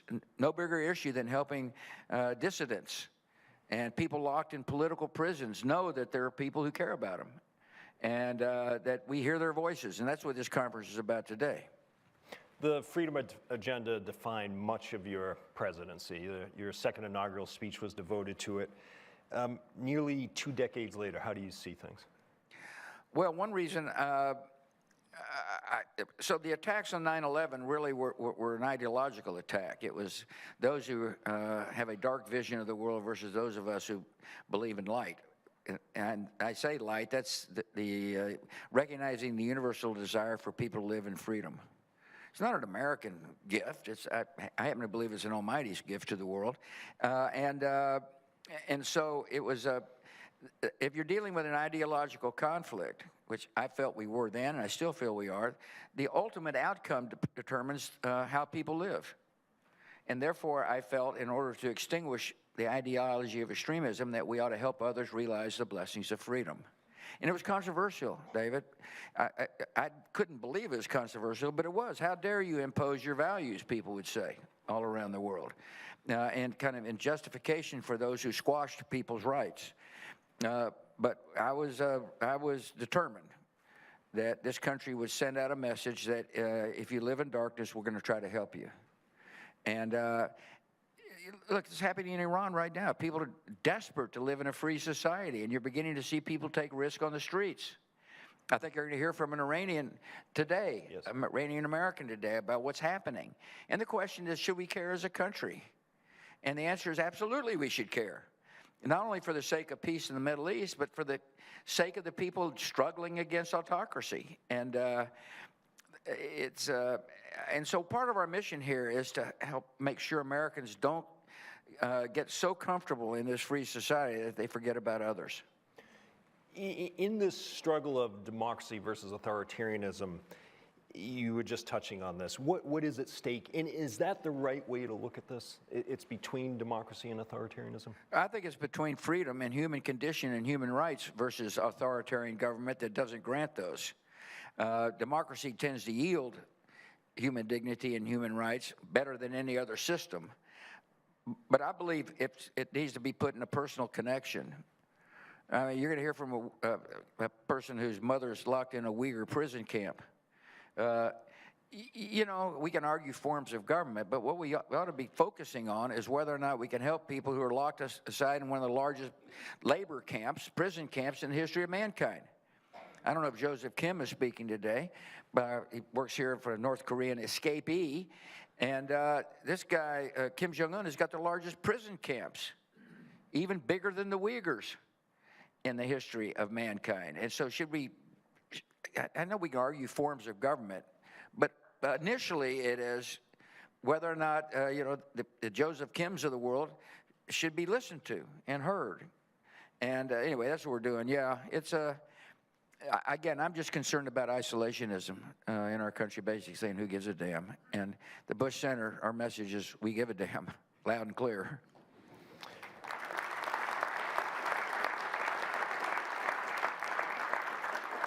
Sir, when you were president, you made a real point of meeting with activists and dissidents, former political prisoners, human rights advocates.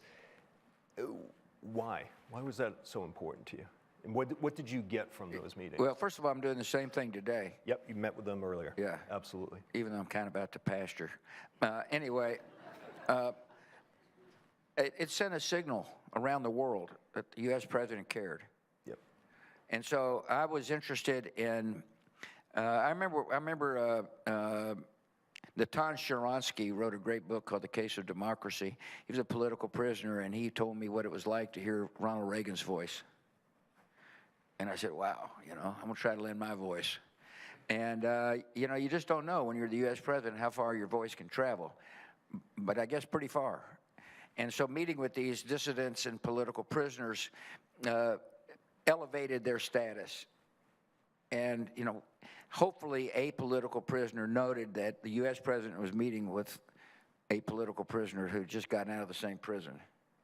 And plus, there are some amazing people. I mean, it invigorated me and Laura to get to know Václav Havel, for example. I mean, this guy was like Mr. Courage. Yep. And the world can be short of courage. But to highlight courage also maybe encourages other people.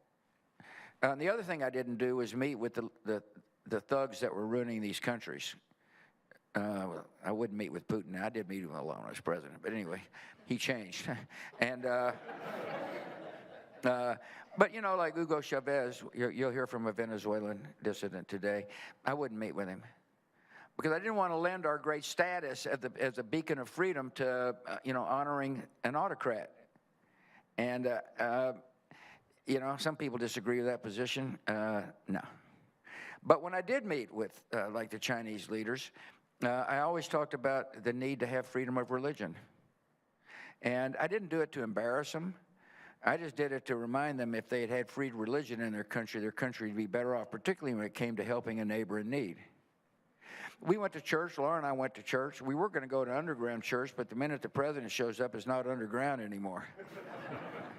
But we went to a church. It might have been kind of a fake church, I guess. But we went, sending a signal to religious dissidents within China and around the world that the American president cares. So I spent a lot of time doing that, Dave, and I became a better person from doing it. If I can, Mr. President, I told you this the other day. In September 2008, I was working in your State Department, and we were in New York on the margins of the UN General Assembly, and you had just met with a group of activists and former political prisoners. Right, I remember that. Didn't we have a picture by Ellis Island or something? Yes, exactly right. Yeah. I met with one from Belarus immediately after. He was in tears because the President of the United States showed interest in his welfare and what was happening in his country. So you're absolutely right, it has enormous impact. Yeah, well, I wish things had changed, but they didn't. It is worse in Belarus, unfortunately. But it's even worse than when he was there? It is. Yeah. I mean, Lukashenko can become a satellite of Russia here pretty quick. He stole the election in August 2020, but his days are numbered, I think. Good. You know, I love an optimist. That's one of the reasons I'm here. So the question is Putin Day's number. Really the question, and I think the Ukrainian policy for the United States has got to be pretty stark, and that is we hang with them until they win. And then the question is, can they win? Absolutely they can win. They're winning. But they won't win if the United States and the free world says it's not worth it anymore. Or we're too cold. Let's stop backing Zelensky. Or let's cut a deal. Zelensky's, if he were here, and I would ask him, do you think there's a deal to be made? He'd say no. He might put out some, fig leaf or something. But the idea of saying, okay, now that Putin has destroyed our country, let's cut a deal with him. You can have a third of our country is not going to happen. Either that or he's not the Winston Churchill of the modern era. And so the United States has got to hang in there, and we got to recognize the man can win.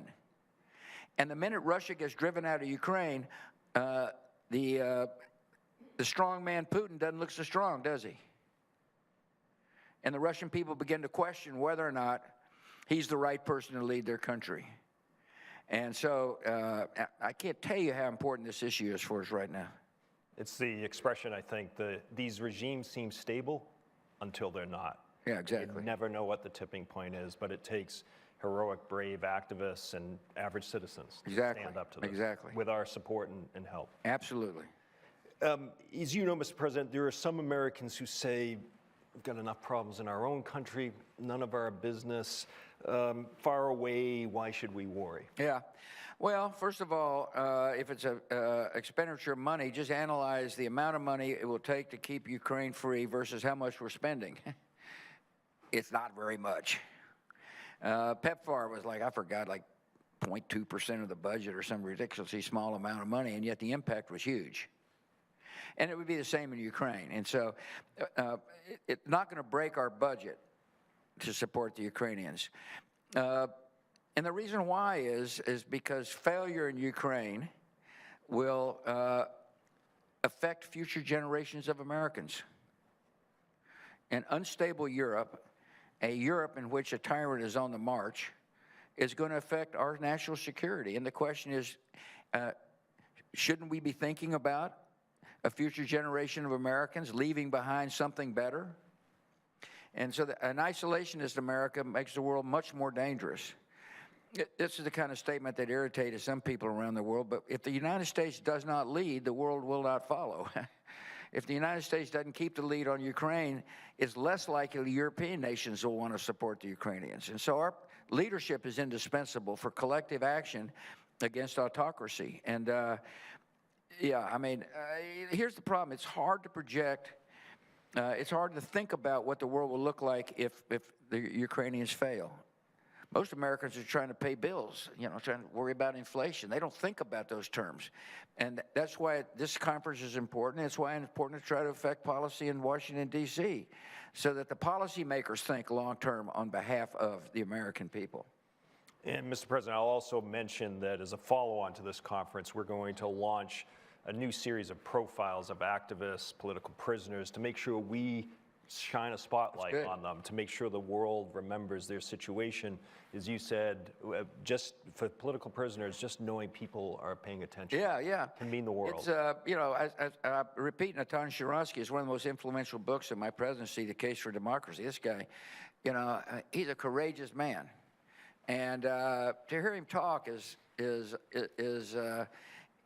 it's a marvel to think that he came out of that Soviet gulag as intact as he did and as anxious as he is to help others, free others. And so, people, you'll be inspired by the stories here. Absolutely. Yeah. Absolutely.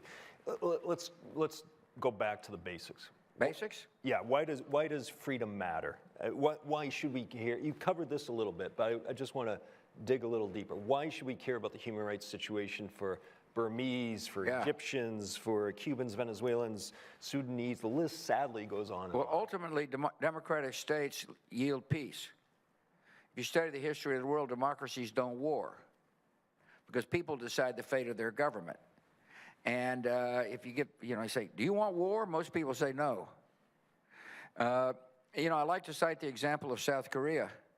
I gave a speech one time to 20,000 Christians. The Billy Graham of Korea asked me to speak there, a guy named Billy Kim.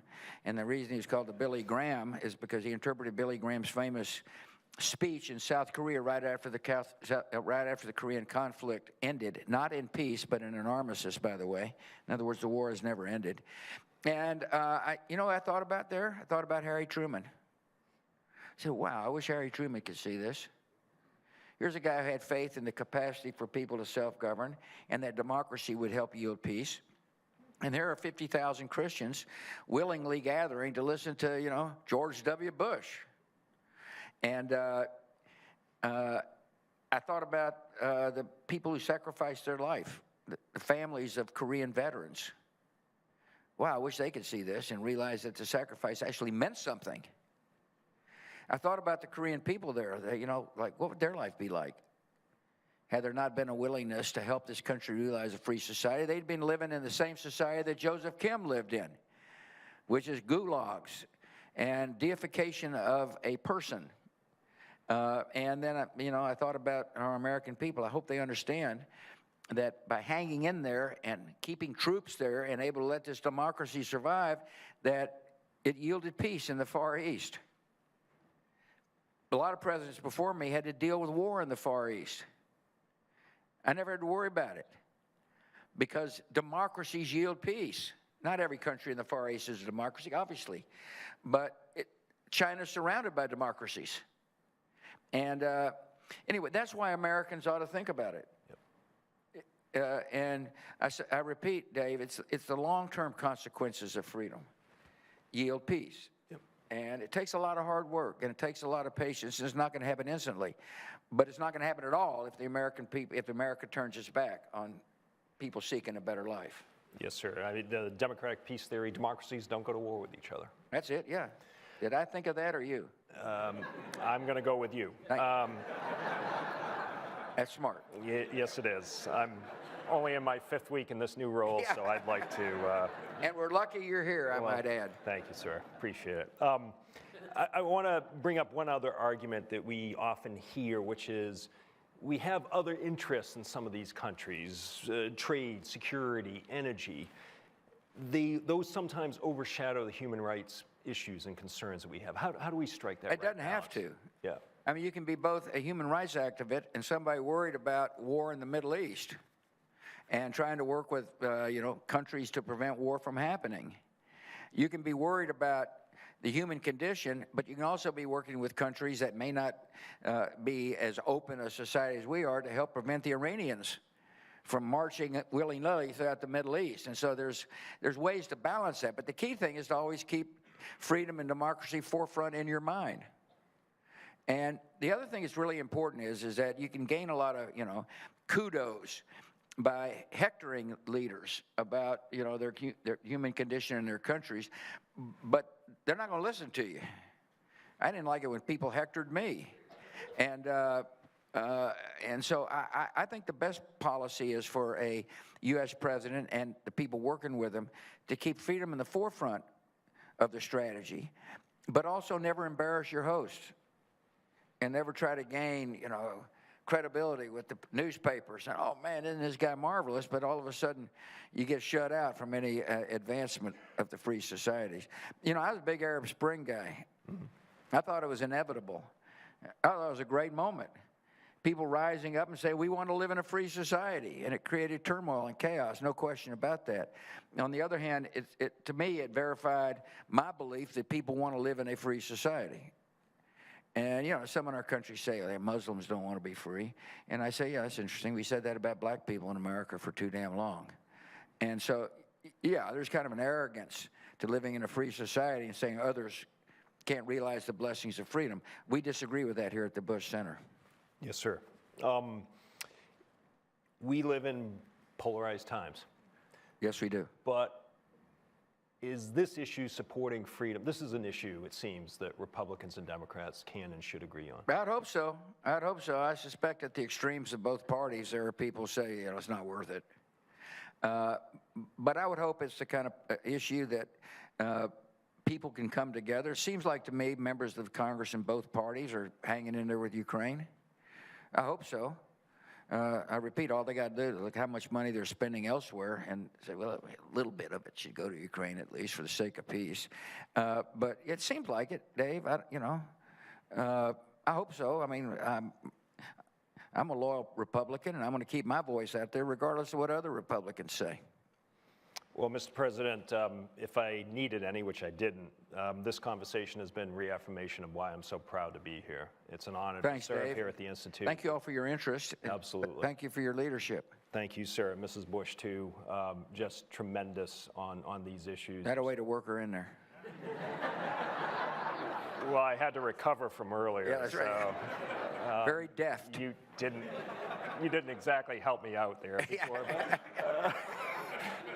It's going to be a good conference today. It's a great conference. We still have a lot to cover. The activists, I think, are next, if I remember the schedule. And we will have a panel talking about what the U.S. can do to help. And we're going to end it actually on an interesting note about sports and human rights. We have Joey Cheek here to talk about the brave I saw Joey stance he earlier. took. Exactly. Nobody's ever heard of the guy. But anyway, it's... Joey, don't leave. Don't leave. He's an Olympic athlete. He is indeed. Who got burned because of his support in Darfur. Yep. He took a brave stand. Yeah, he did. And we're proud We need more to brave have him stands. We do indeed. I'll tell you something you don't know about Joey. He's got a 2-year-old child. I actually knew that, but go ahead. Well, you're supposed to say. Right. I mean, yes. Right. Sorry. I'm glad you. We'll work on this. I'm glad you brought that to my attention. Who else you got? Earn time. We have Alice Albright, Albright, whose mother. Yep. I painted her mother. No, that's right. On my book on immigrants. Yep, exactly. The reason I did is because she's a courageous, smart woman, but I also painted Henry Kissinger. Think about this: 2 Jews escaping Nazism and communism, in Madeleine Albright's case, come to our country with basically nothing and end up being secretaries of state. It's an awesome country where people can come and realize those kinds of dreams. And, we're glad she's here. Thank you for inviting her. Gave me a chance to pitch my book. Well, and also MCC happened under your administration. It did, yeah. She'll Millennium talk about Challenge that. Corporation. And the 20th anniversary, Alice, I think, is coming up in 2024, so we'll look to bring more attention to that. You look at PEPFAR, you look at Millennium Challenge Corporation, life-saving programs that also insist on accountability, data. It's not just throwing money, it's making sure the money is used effectively and wisely, and it is life-changing. Well, thank you. Yeah, well, anyway, you got any other way to burn time, or should we get off the stage? Probably safer if we get off the stage. Have you heard the latest one about... Oh, yeah, no, it's time to go. Thank you. Mrs. Bush, help. Thank you, sir. It's an honor to be up here with you. Thanks for joining the conference. It means a great deal. Again, our thoughts and prayers go out to President Zelensky and the Ukrainian people in this incredibly difficult time. But as you said, their heroism is a testament to the amazing people that live there who want to live in freedom. That's all it is. Yep. They just want to be free, and we can embrace that. Sir, thank you. All right, David. Good job. Thank you. You too, sir. Thank you.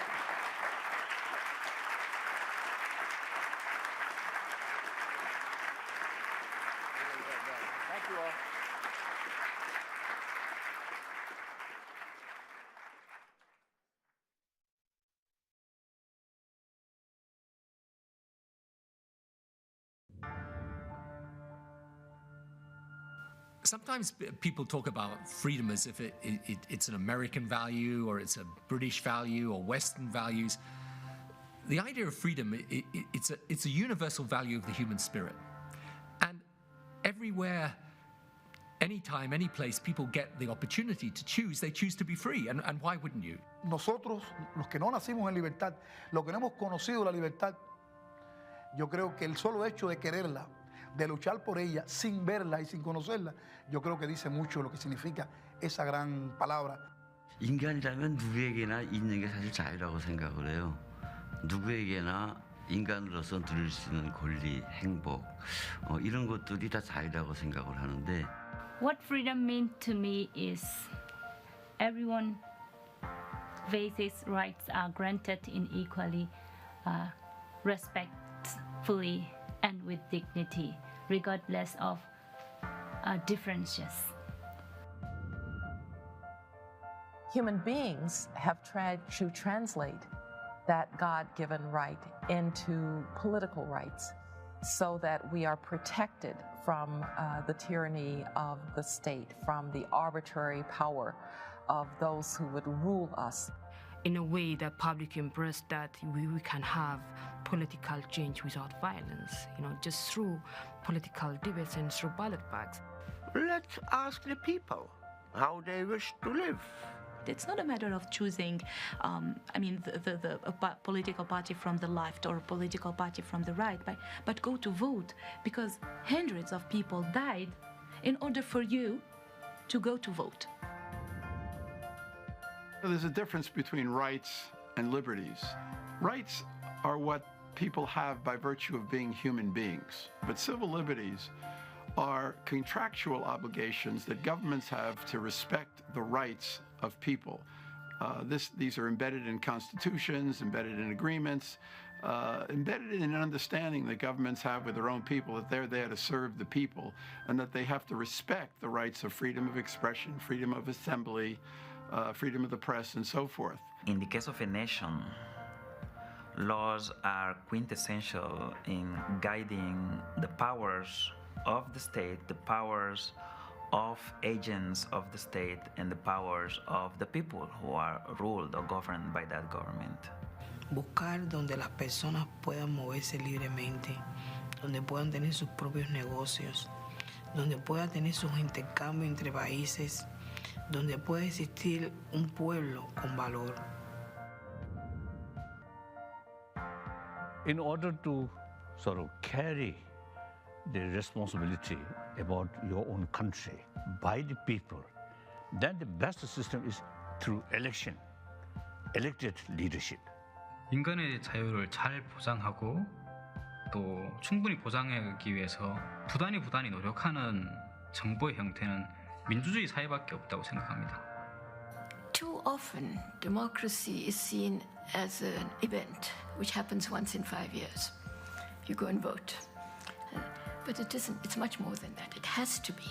It's the people who have to take charge of their destiny. If you really believe in democracy, this is how it works. El futuro de la humanidad es la democracia, porque el ser humano únicamente se puede realizar física y espiritualmente con libertad. Y si no hay democracia, no hay libertad. I believe that freedom is a gift from God and the hope of every human heart.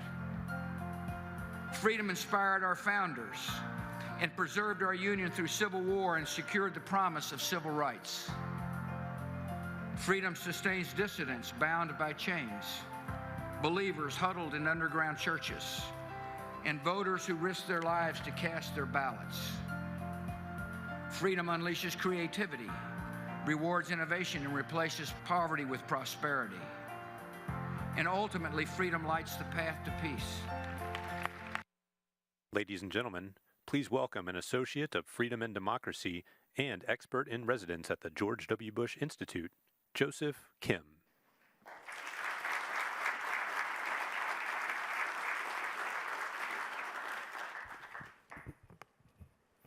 Good morning, everyone. For some, North Korea is a faraway gulag state run by a dictator, threatening the world with nuclear weapons. All that is true. But to me, it's the place where I was born, and where I lived with my mother, father, and sister, who loved me so much. It's a place where I would spend summers with friends playing in the river and jumping off trees. It's also the place where I lost my family. I saw my father die of starvation when I was 12 years old, and I said my last goodbye to my older sister, not knowing she would never return because she would be sold to a man in China. I lost my mom to a North Korean prison. I went from having a loving family to being homeless. I did everything a 12-year-old could do to stay alive: begging, stealing, and working in coal mines. When I could not fall asleep from the bitter cold and hunger pains, I hoped that the next morning my sister would wake me up with my favorite food. And that hope kept me alive. In South Africa's international airport, I saw a message on the wall saying, "They call it Africa, but we call it home." Although North Korea holds many sad memories for me and is one of the darkest places in the world, it is still a place close to my heart. It is my home and home to 25 million North Korean people. As President George W. Bush said, the desire for freedom, like the dignity of the person, is universal. The North Korean people are pleading in silence for their freedom. And the world needs to listen, and the world needs to respond. President Bush and the Bush Institute not only have listened, but also committed to standing with North Korean people. As a part of this commitment, the Bush Institute has been providing scholarship and mentorship programs to support North Korean escapees to pursue higher education, to become productive citizens, contributing to thriving communities. I was one of the first recipients of this scholarship program, and I now have the great honor and privilege to help other North Koreans through this program. My story is about hope and resilience, but it would not have been possible if it wasn't for President Bush or Liberty in North Korea, who recognized the struggle, but also the potential of North Korean refugees like me, and created a pathway for us to come to the United States.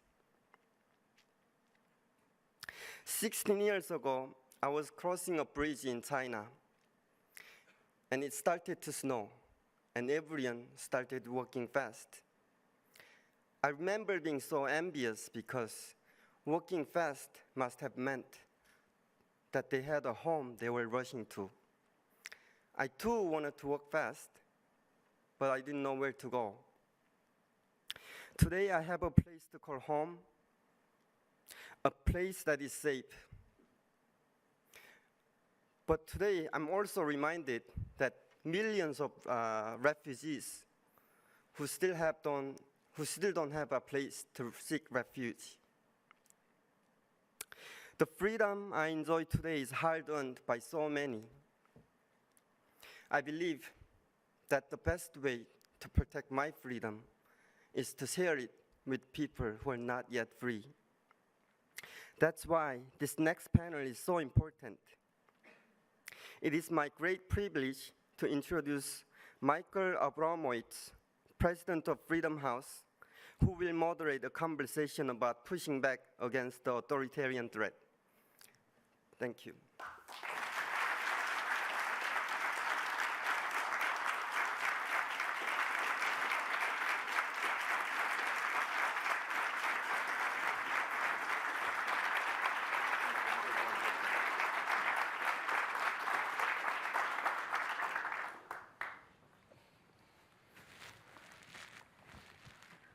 Welcome. It's great to be here. It's just a complete honor for me and for Freedom House to be partnering with the Bush Institute and with the National Endowment for Democracy. If you allow me a point of personal privilege, I know from personal experience how committed the Bushes are to these issues. On one of the last trips I took when I was a reporter at the Washington Post was to Asia with Mrs. Bush and President Bush, and I went with Mrs. Bush to the border, in Thailand border, and she's been caring so much about the terrible things that are happening in Burma today. And President Bush, I was just saying to him backstage, I interviewed him. I had the good fortune of interviewing him on Air Force One going to the Beijing Olympics. And it was such a hopeful time that maybe things would turn around in China. But sadly, it's not been the case. And so it's just a great personal honor for me to be here and to be with these incredible freedom fighters. I think this is the best panel of the whole conference because we're going to be talking to people who have devoted their whole lives to working on the front lines of freedom.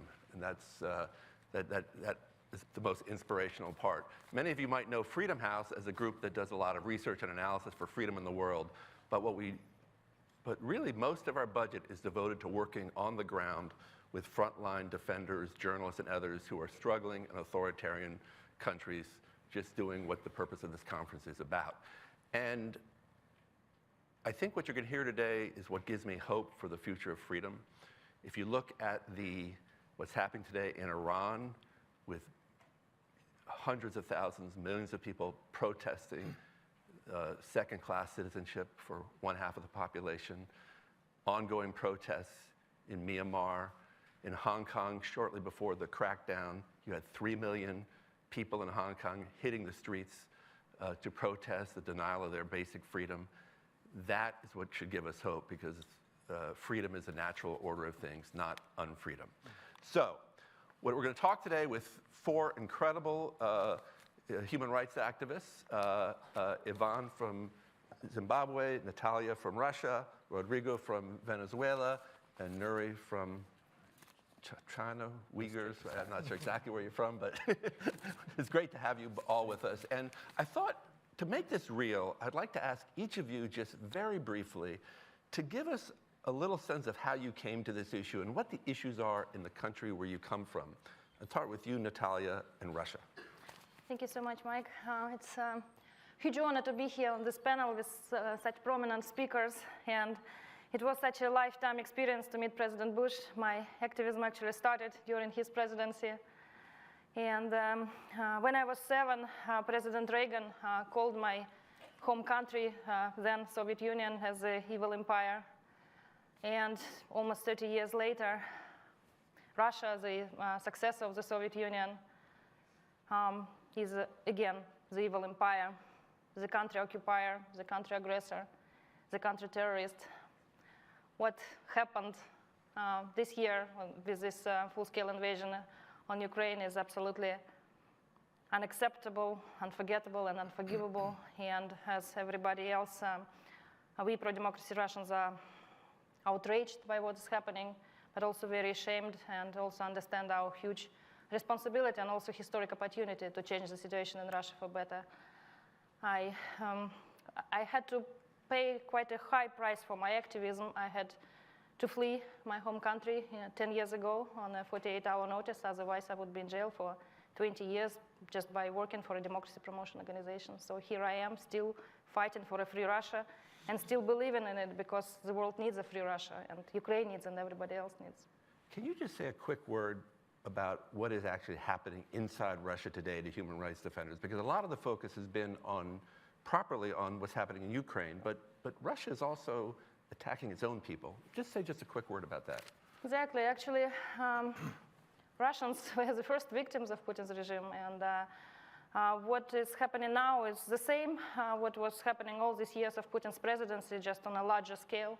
We have always had more and more repressive legislation, and now it's a complete laughable matter with the constitution completely rewritten according to the Kremlin's needs. We have always had jailing of political dissidents, dozens first and hundreds and thousands, and now hundreds of thousands. We have never had such a huge number of political prisoners since the late Soviet Union.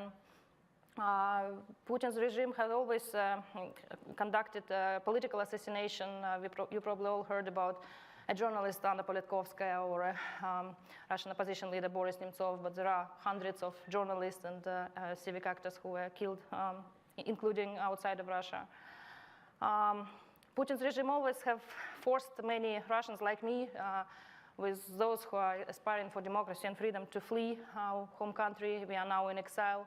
Again, it started with dozens, hundreds of thousands, now millions of Russians are in exile. Basically, the entire independent media and civil society of Russia are in exile. But at the same time, we see that despite the perception that Russians support what Putin is doing and that Russians are not protesting, it's not true. There is a huge underreporting of this issue. There are so many Russians who protest every day. Basically, from day one of this full-scale invasion, there was only one day, June 13th, when no Russian was detained for the anti-war activities. Russians setting conscription centers on fire, derailing trains, spreading information, just writing graffiti, whatever they can to protest this war, and this is actually growing. Those who are in exile, they also do a lot to try to change public opinion inside Russia. They help Ukrainians. We have to do it, we do it a lot, but we have to do it in a very discreet way. We don't do it openly. Maybe that's why, again, the world doesn't see our efforts and says that we are not doing everything. But yes, this struggle is happening. And while there is a genocide of Ukrainians at the moment, simultaneously there is an ethnocide of ethnic minorities. Russia is not only 11 time zone country or 80 plus something with all this occupied territories country, but also there are 190 ethnic minorities, and they are being used as cannon fodder in this pervert war for the so-called Russian world that Vladimir Putin is imposing. It's the same colonial war against Ukraine because, again, Putin's regime doesn't respect Ukrainian identity, culture, language, the same way that the Kremlin has never respected culture and language and identity of all these ethnic minorities, and it was a very deliberate policy of impoverishing them all, and now they're being the first to be sent to Ukraine. If you are from some republic of Tuva, for example, your chances to be killed in Ukraine 10 times more than for any ordinary Russian. If you are from my native republic, from Buryatia, 9 times more. From Chechnya, 3 times more, and so on and so forth. So it's quite a tragedy that it's happening at the moment. Thank you. Let me turn to Nuri, if I could. Nuri, one of the greatest human rights abominations in the world is taking place in the region of Western China, where you're from. Tell us a little bit about what's happening there, and also your own personal story, and what's happened to you and your family. Thank you very much. I'd like to begin by thanking President Bush and Mrs. Bush spending time with us before we came down here. And I wanted to thank the Bush Institute, specifically to David, for allowing me to be part of this event. I was born in a re-education camp during the height of the Cultural Revolution 52 years ago. I came to the United States as a student in 1995, granted asylum. But I never thought that I had to talk about the way that I was brought to this world as much as I have in the last 6 years. The reason is that the Chinese managed to brought back the history, the camp history, collective punishment, targeting ethno-religious groups using most sophisticated technology that the world has not seen. So today, China has been engaging in acts of genocide, crimes against humanity, as has been recognized 2 successive US administration, 9 governments plus European Union. Disturbingly, this genocide is in its 6th year. This is the largest incarceration of ethno-religious group since the Third Reich. The world has not seen anything like this, but the international community has not shown the courage to defend the Uyghur freedom and say no to this kind of collective punishment. They never again rings hollow today because of the tepid, meandering responses that the international community has shown. To the Uyghur people, this is more than survival. The Uyghur people have paid the ultimate price. The Uyghur people have been enslaved in a global supply chain based on a report published by Australian Strategic Partnership Institute. 83 global brands have been using Uyghur slave labor. That includes the PPE, the beauty products, the cotton undershirt, solar panel. And also on top of that, the Chinese government separated 800,000 to 1 million Uyghur children, as reported in the New York Times, and sent them to state-run orphanage. They call it boarding school. In essence, China is committing genocide against the Uyghur children. On top of that, they have been waging war on Uyghur women. Based on their own information, in just 1 year, natural growth of Uyghur population declined by 65%. So every legal definition in the book on genocide is right there right in front of our eyes. Because of the business community's influence, not only here in the United States, around the world, particularly in Europe, the governments have not been really took up this historical responsibility, the task that history assigned to us, to say no to the Chinese. Instead, the business community has been lobbying against our government. In the case of the Uyghur Forced Labor Prevention Act, U.S. Chamber of Commerce publicly opposed to it, in addition to several companies lobbying Congress. And in Europe, it's the same situation. So the Uyghur people looking for a support, and this is not only happening in China, this is also happening in our country. The transnational repression, for example. In my own case, I just published a book called No Escape. The reason I call it No Escape is that I have not been able to escape that persecution, even though I'm an American citizen and now a US official. And this is a very common problem for the Uyghur communities around the world. To this day, this may be news to you, that most Uyghurs around the world don't even know if their loved ones are still breathing, because contacting the family members will be part of the government data collection, and that can result into punishment. So a few years ago, the Uyghur families, including my own, told us don't call, don't contact, and don't return under any circumstances. So the Uyghurs paid a heavy price, and what has been taken away from the Uyghur people cannot be returned. The families are broken, as the Chinese officials publicly said they need to break the lineage connection, the roots, so that they have delivered this. So the international community need to pay closer attention to it. And I recently visited Taiwan, and my message to the Taiwanese people was quite simple. You must study the Uyghur genocide to make sense of this regime's capability.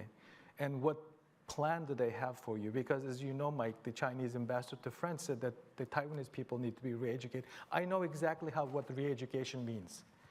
Re-education is indoctrination, denouncing your religious belief, your way of life, just adopting Xi Jinping thoughts as a new religion, as they have been promoting.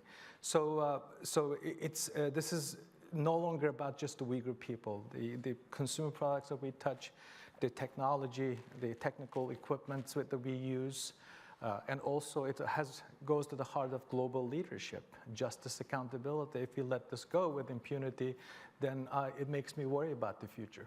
Yes. Nuri, thank you very much for your story, but also for raising this issue of transnational repression, which I think is an important point for the audience to understand, because what we are increasingly seeing and documenting at Freedom House is authoritarian countries led by China, but also other countries going after people like yourself who are living inside democracies. And democracies need to do more to protect them. That's China, it's Russia, yep. It's Rwanda, it's Turkey, Saudi Arabia. So thank you for raising that point, and maybe we can come back to that, because I think one point about these four brave souls is that they're also at risk here in America. Thank you. I'd like to turn to Rodrigo and Ivan, because I think both of you come from countries that honestly were doing quite relatively well a while ago and have really suffered under dictatorship.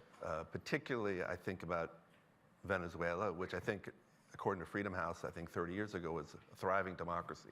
It's been destroyed by Chavez and now the Maduro regime.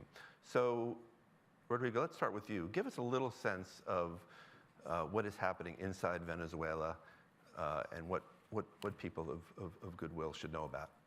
Thank you, Mike, and thank you for the Bush Institute for this great opportunity to raise awareness of what is happening in Venezuela.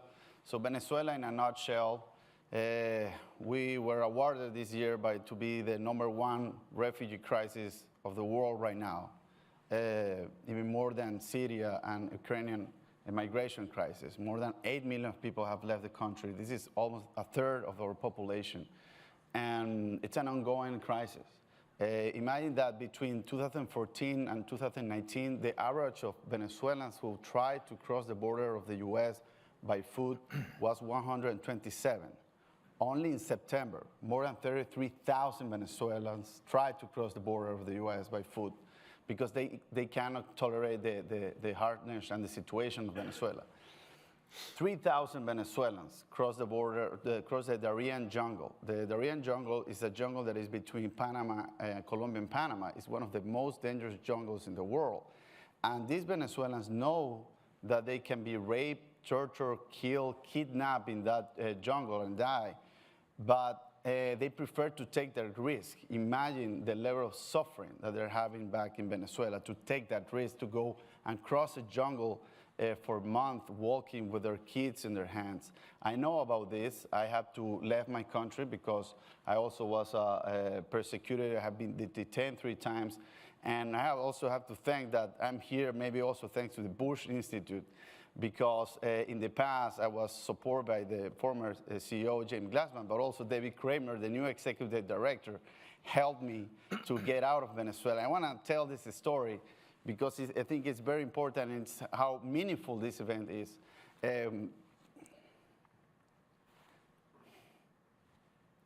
Sorry.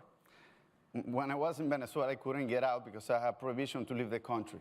And I have double citizens. I have an Italian passport and a Venezuelan passport. But when they detained me, they took my passport. So I went to the Italian embassy and asked for if they can give me a new passport for me. They said, no, we can't because the regime has your passport. I said, come on, guys, I'm Italian. I need my passport. I need to find a way to leave this country. And they say, no, we can't.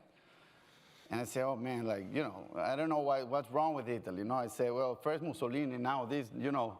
I don't know why you're always in the wrong side of history. They didn't even want to support President Guaido, no? Like Slovakia support Guaido. And, you know, we have the 3rd largest community of Italians outside Italy. So shame on them. But David, when he was the president of Freedom House, he went and visited the ambassador of Italy in Washington. And he convinced them to give me a new passport once I was in Colombia. So I managed a way to cross the border walking. I spent a week in a refugee camp.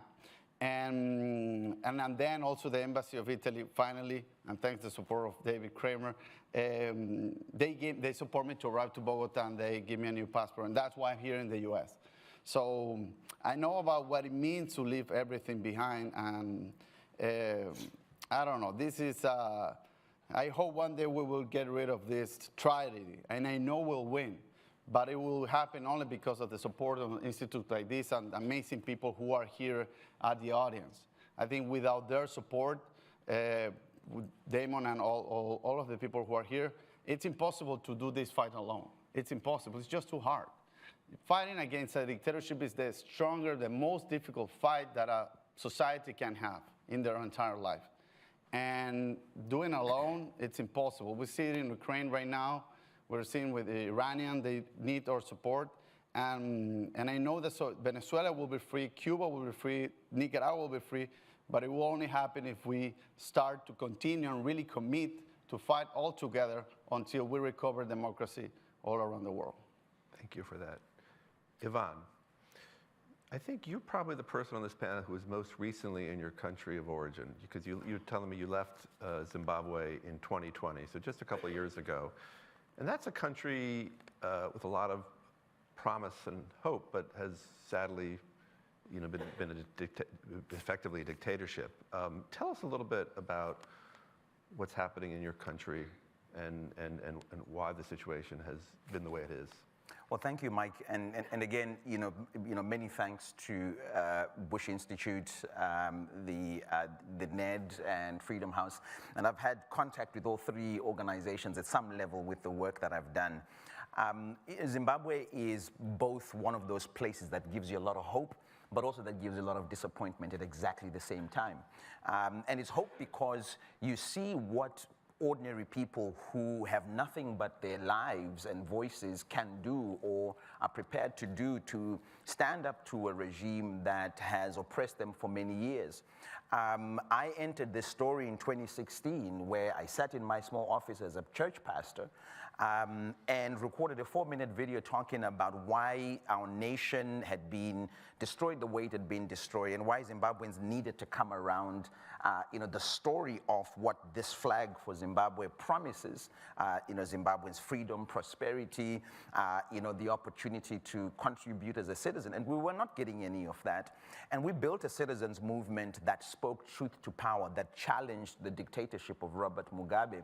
And from 2016 all the way up until 2020, when I eventually left Zimbabwe, I was jailed a total of 8 times. I spent many months in the maximum security prison, beaten and tortured and threatened until, if we didn't stop. But we didn't. And what we saw were people who had been cowed into submission for years, finding their voice and their strength to stand up and speak truth to power. And we're at a place right now where Robert Mugabe's successor has continued the legacy of violence, the legacy of destroying democratic institutions, the legacy of creating poverty. In 2008, actually, Zimbabwe had one of the record inflation figures. We had 280 million% inflation. We ended up with a $100 trillion note as the largest banknote in our nation. And nobody said anything in terms of standing up. I mean, there were politicians, opposition that was fighting against it, but ordinary people were afraid. And we have begun that journey again. As we speak, Zimbabwe has in fact, I think we are still #1 with the world's highest inflation rate. And so we're at a place where we are needing, once again, the voices of ordinary people to stand up, because that is the only way, Mike, that you can begin to see some form of focus come back on Zimbabwe in terms of globally. But that's the only way that you can begin to see an opportunity for people to free themselves, is if people are empowered to stand up and speak truth to power. So that's where we're at in Zimbabwe. The struggle and the fight continues, but I'm afraid to say that it is in a place where we have been pushed back and are hard pressed, but the actual fight continues, raising people up and training people and how to stand up and speak for themselves. Let me ask you a follow-up question, if I may, and I'm going to come down the line and ask each of you a similar question. What do activists on the ground in these places want from the United States? There's a debate. We saw the poll today about what Americans think about, but what do activists on the ground want from the United States? I think there are a number of things. One of the most important things that stands out for activists and those of us that find ourselves in a place where we are confronting these regimes is for the United States to be firm in not associating themselves with these regimes. One of my good friends, Ahmadinejad, who really is part of the protests in Iran and has been building the women's movement in Iran for many years, coined a phrase a couple of weeks ago. And what she said was, we are not asking the United States to come and save us, but we're asking them to stop saving those who oppress us.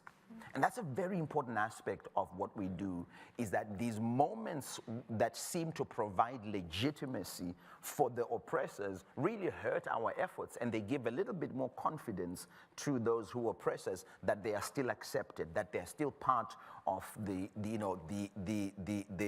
democratic community, when they are not practitioners of democracy, at all. So I want to put that as one of those important things that activists would find valuable from the U.S. as a government. Thank you for that. Natalia, similar version of the same question.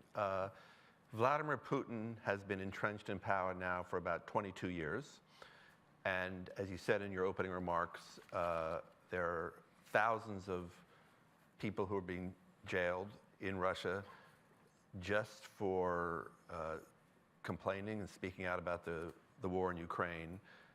What do you think people who are now in jail in Russia want from the United States? What is your recommendation? When you have an opportunity to talk to a congressperson or someone from the administration, what do you tell them? Well, all these political prisoners and any activists who are in Russia now, inside the country or in exile, they all want the same. They understand that, again, the responsibility is on us to change the situation in our own country.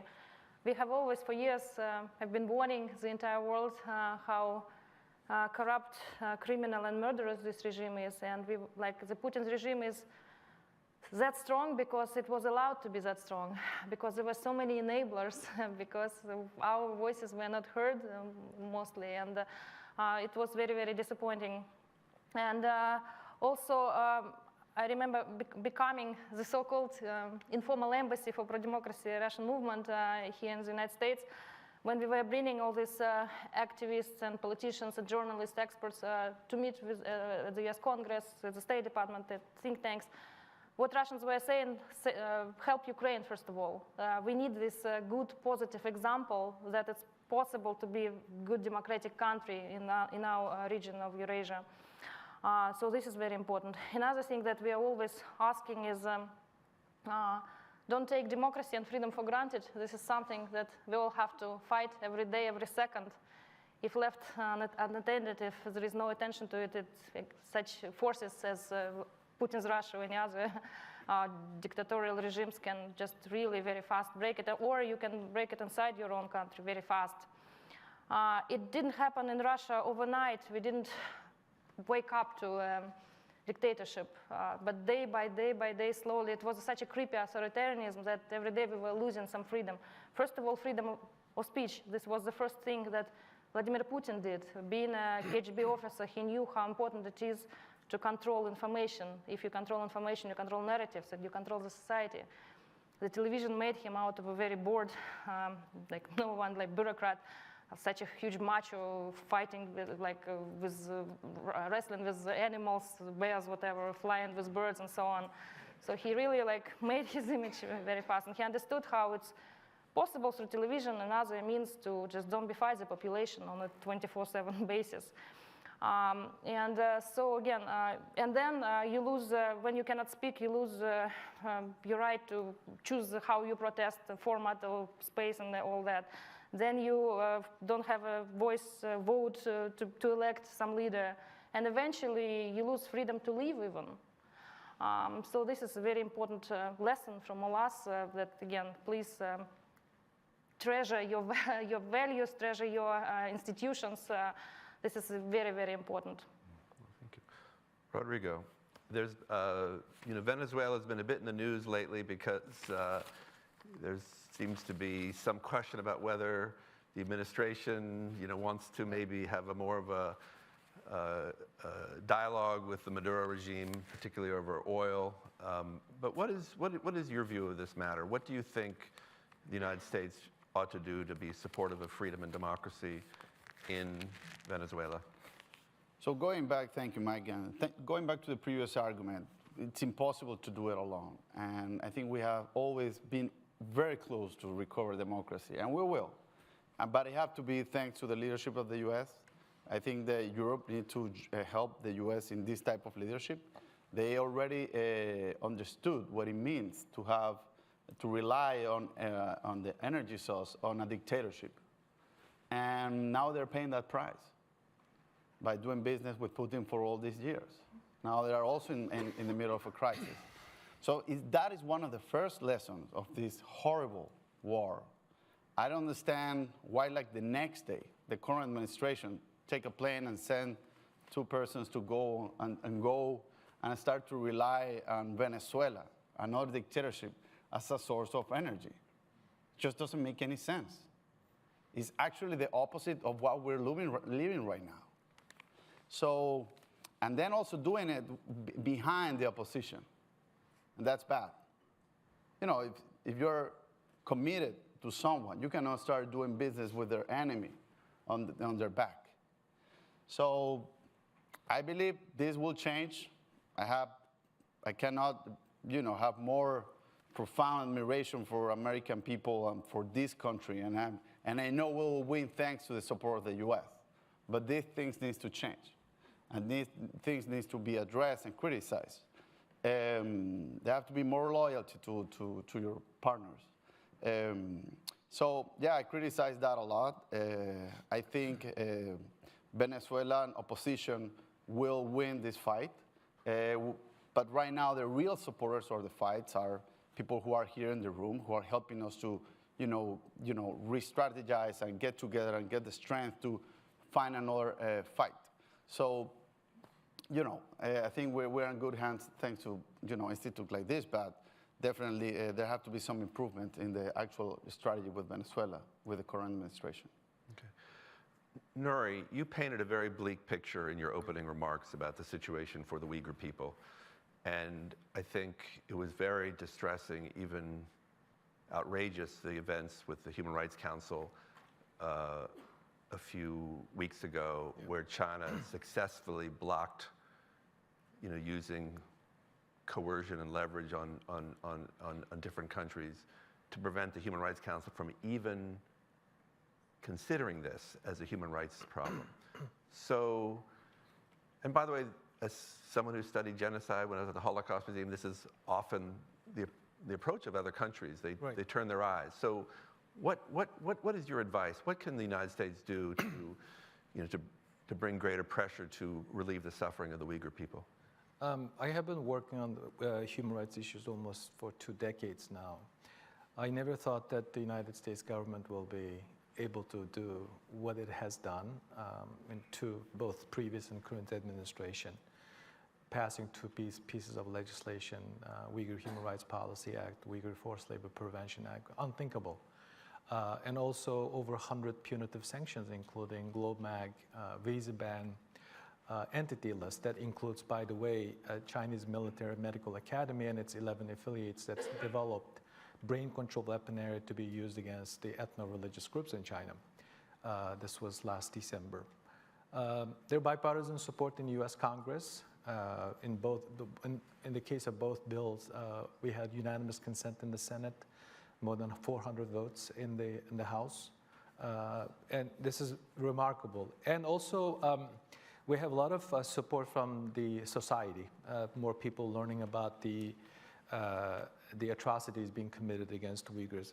But what is lacking is the political will to go harder, using American power, go on offensive. We have been reacting to what we've been learning from the Chinese behavior, both in Hong Kong and East Turkestan. But we have not been strong enough. So the way that we have to deal with this, now the U.S. has done its due. We need to bring the Europeans into this endeavor, for sure.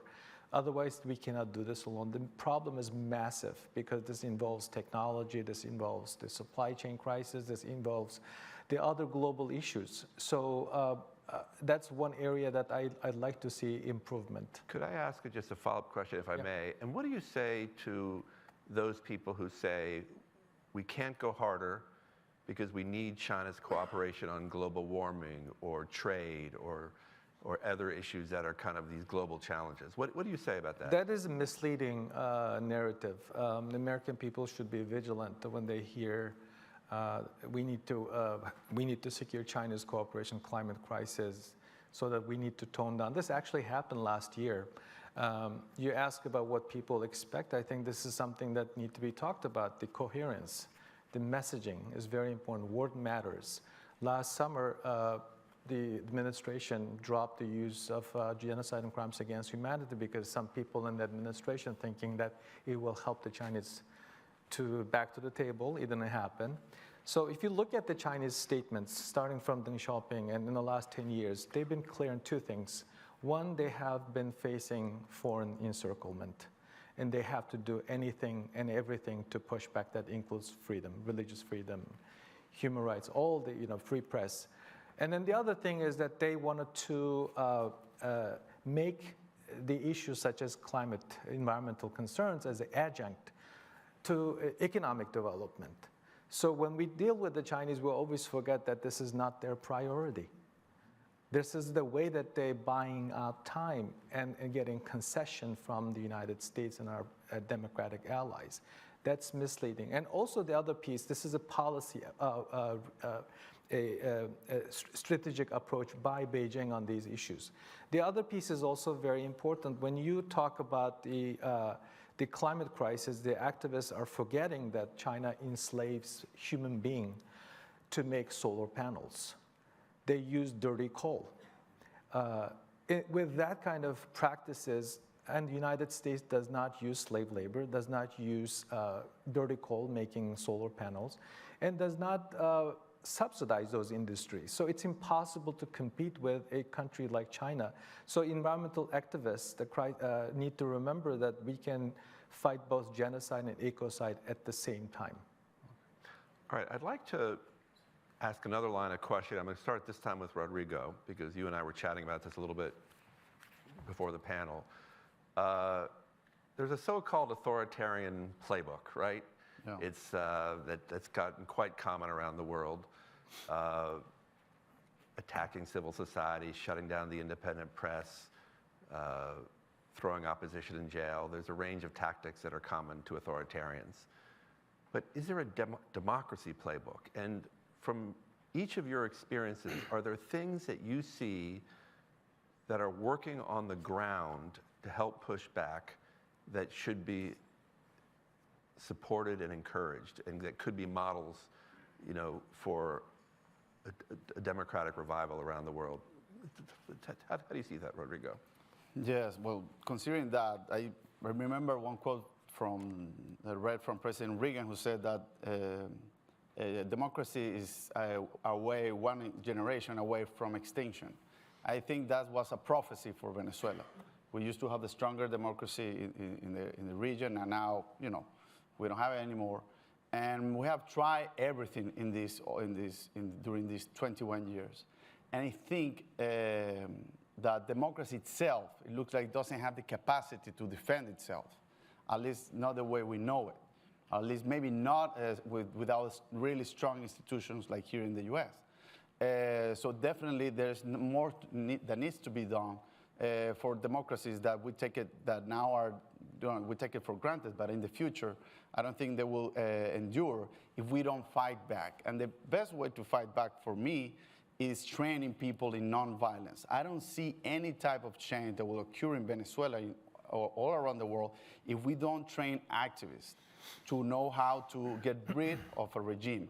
We believe that, you know, fight against the regime, we use politics and politicians. They're not equipped to fight against a dictator. You need other type of tools. And that's why I've been working on this, on training, and every time we are very close to get freedom in Venezuela is because we're being in a nonviolent discipline. And the good part is this also a gift for humanity from the US. Martin Luther King is one of the most important representatives of this philosophy, but also the maybe two intellectuals that are developed more this tool are Peter Ackerman, who passed away some months ago, but also Gene Sharp. And this is an American legacy. But until millions of activists around the world are really trained in these tools, I don't think we will never find freedom, because it cannot come on from the outside. The outside, it's a requirement because it's impossible to do it alone, but it's not enough. And as long as our activists all around the world are not training millions of people in this philosophy, I don't think we will never see change. Or if we see change, it will not endure, like what happened with Bolivia, what happened with Zimbabwe. You know, it's not only about bringing down dictatorship, it's like really transforming society and arriving to have a strong democracy. So that's, I think it's the most important thing to do right now, because we work with the tools that we have in our head. And these tools have been developed, but have talked with thousands of activists all around the world, and they really do not have the required education to deal with what we're dealing right now and get freedom. It's like getting, when you want to get someone to repair you from a surgery, you need someone who is an expert. We are always using our intuition to recover democracy. Intuition is not enough. And that's why I think we're failing so far. I think that's what needs to be addressed to improve the state of the world. Thank you. Natalia, what have we learned about what works? Well, I believe solidarity is our biggest weapon against any dictatorship. This is very important. And I actually never thought that, not like we heard Ambassador of Ukraine to the US yesterday, and she was saying what Ukraine needs more than ever now, weapons, weapons, weapons. For Russian pro-democracy forces, what we need now is moral support. We need to be embraced as a part of the democratic world. What we see now, it's a lot of cancellation of all Russians, saying all Russians are bad, they didn't protest, they elected Putin, they support the war in Ukraine and things like that. And it really demotivates, demoralizes Russian pro-democracy, anti-war, anti-regime community, because again, for years we have been warning about this regime. For years we have been asking not to put trade, I don't know, Nord Stream 2, business as usual higher than human rights and than democracy and than freedom. And before my exile, I haven't even imagined how deep and strong Kremlin's tentacles are in the West everywhere. Before I started to be abroad and started to, again, research all this, again, we didn't even know that Kremlin's influence is so huge. It's now easy to give this example because everybody understands what is a COVID pandemic and how fast it can be spread anywhere. The same dictatorship, it's such the same contagious disease that if you don't stop it, it can spread everywhere. It can completely contaminate everything. This is why what the Kremlin was doing most of all is targeting the very core of the Western society, the very fabric of the Western society, the rule of law, and spreading disinformation and spreading its kleptocracy and everything else. So this is a very important ask for us that don't judge people by ethnicity or citizenship, but judge by values. And we want to be a part of the Western society. We have always been, we have the same values. And Thank you. We're agents of change. I'm just, well, keeping an eye on the clock. Yes. I want to make sure Ivan and Nuri have a chance to answer this question. Ivan, what are you, what are the lessons you've learned from your long experience in activism about what works and what doesn't work in terms of fighting against authoritarianism? I think just piggybacking on what Rodrigo and Natalia have said is the underestimation of the citizens of a nation to act on their, for their own freedom is something that needs to change. People, when they have the right tools and the right connections, are willing to act. They're willing to get involved to fight for their democracy and for their freedom. And I think you were talking about the playbook. So what is the playbook? It begins with a solidarity or a network of democracy actors working together in the same way that autocrats are working together, where we share information, where we share tactics, where we teach each other, because you will find that some things that happen in one part of the world will begin to happen in another part of the world. For example, in Zimbabwe, we're starting to see the introduction of what they call the PVO bill, the Private Voluntary Organization bill, that seeks to shut down civil society. So how do we revive that? Who else has done this? What can we learn from that? So that's number one. We've got to get that right. And I believe that that's beginning to happen now, in terms of the connectedness globally. In fact, it's part of the work I do now at Renew Democracy Initiative, connecting dissidents, democracy dissidents and democracy advocates to support each other, but also to move the agenda of their different struggles into the places that matter globally. Thank you. Okay, Nuri, I'm going to give you the last word, and I would like to know, in general, what you think we've learned from the struggle for Uyghur rights in your experience. But specifically, I'd like to press you on what you think the potential for the targeted sanctions that you referenced earlier. Because that's one of the new things that Freedom House and others have been involved with, trying to use these so-called Magnitsky sanctions to go after individual human rights violators, not just countries in general. So to talk about what you think the lessons learned are. What worked for the Uyghur people and Uyghur cause, specific in the last 4 or 5 years, one is storytelling, the courage. We have a courageous group of camp survivors, both here in the United States and in Europe, have been traveling, speaking with senior leadership, sharing their stories, putting a human face on this tragedy. And it has been very powerful. And during the process of legislating those 2 bills, we had camp survivors, the Uyghur American community knocking doors in bipartisan spirit, not making it, that's also one accomplishment. The human rights and freedom is nonpartisan, let alone being bipartisan. So that message really resonated in the US Congress, in the executive branch as well. As for what works, I think I'm going to be a little bit provocative here. We need to go after Chinese financial institutions, the banks.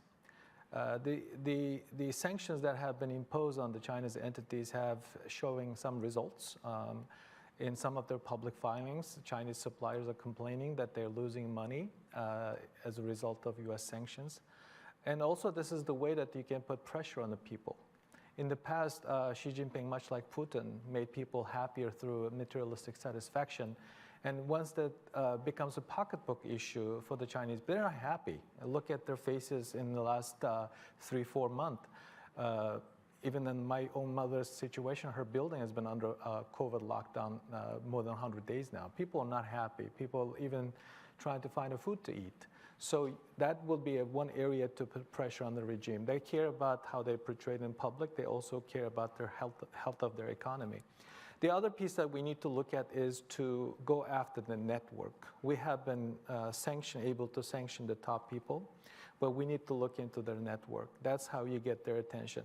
And also, we should also make it impossible for businesses to continue business as usual. We need to create reputational risk, investment risk, and legal risk. The legal risk is already there, but we need to use consumer activism to put pressure on the businesses so that the individuals in the boardroom or in the investors' meetings get a message that the consumers are not going to be or won't be continue to be complicit. In the end, we are complicit. American investors are investing in the Chinese high tech to this day. American consumers are still buying slave labor produced products. The United States still remains to be the largest export destination for Xinjiang products. So it's the same thing in Europe. So we have to identify where. Also, we should go after their technological monopoly. Dominance in the international community. Why don't we create alliance with the countries that are investing a lot of money on R&D? We share our engineering invention results. Why don't we also establish alliance on the countries that are specifically focusing on AI, artificial intelligence? We need to identify. It does not have to be kind of a formal organization, kind of a loose issue-specific alliance will get a really, really positive outcome. And then it will be a powerful message to the Chinese, showing that America still is a powerful country. Well, thank you, Nuri. I want to thank all the panelists for an amazing discussion. I could go on for another 45 minutes, but I don't think the Bush Institute wants us to. But thank you very much, and let's give it a round of applause.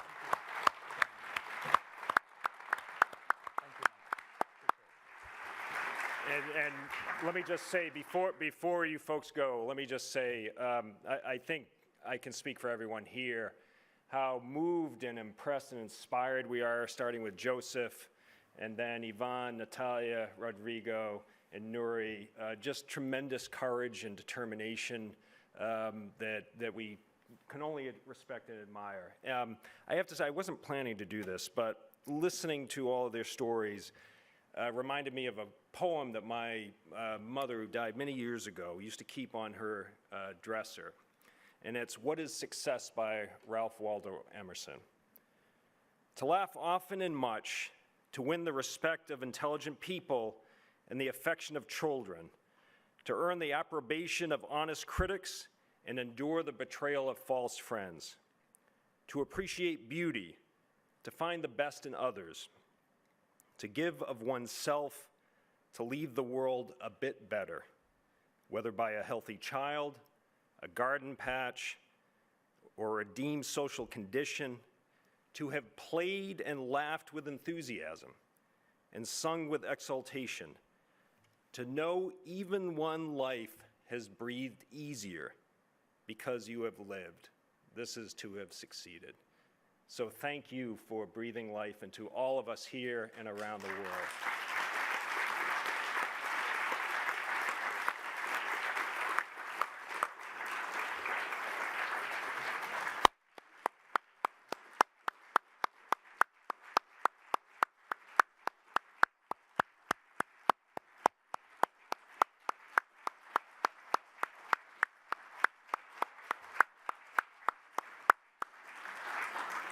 I also, before we break for lunch, I do want to just recognize we have a group from the Young Women's Leadership Academy in Fort Worth who made a special trip here to be with us for this conference.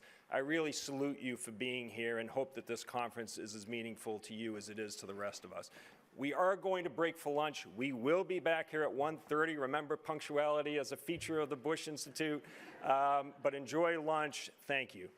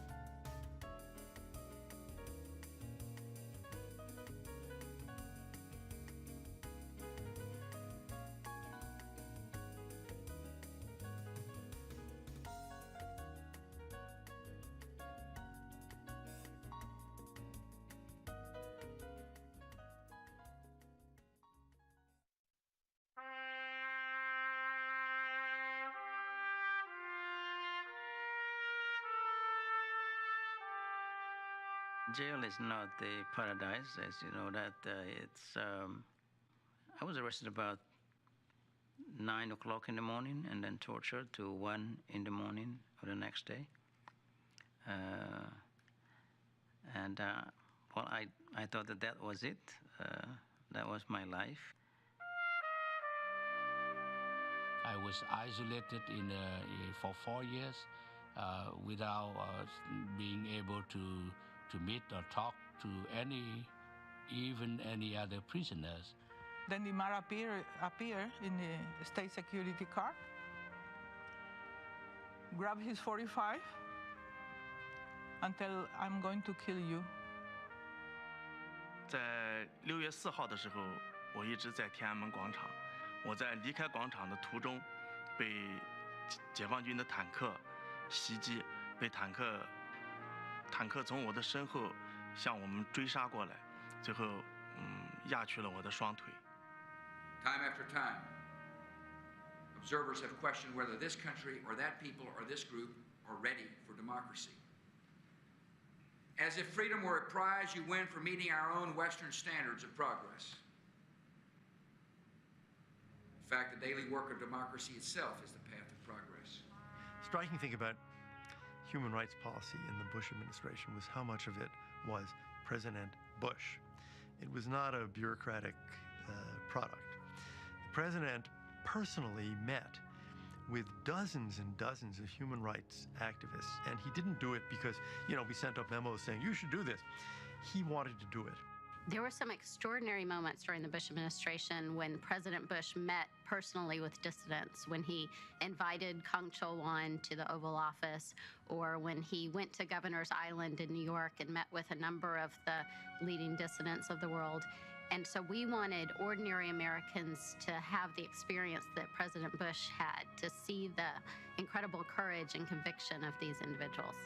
Everybody understood the president would have a presidential library. The question was, what's special about it? What does the president really want to put his time into? What did he really care about? So rather than just having a book collection, let's have a collection that's more of a living collection of all the people who, in this century, were the leaders of the fight for democracy and human rights, so that they're there in the flesh forever.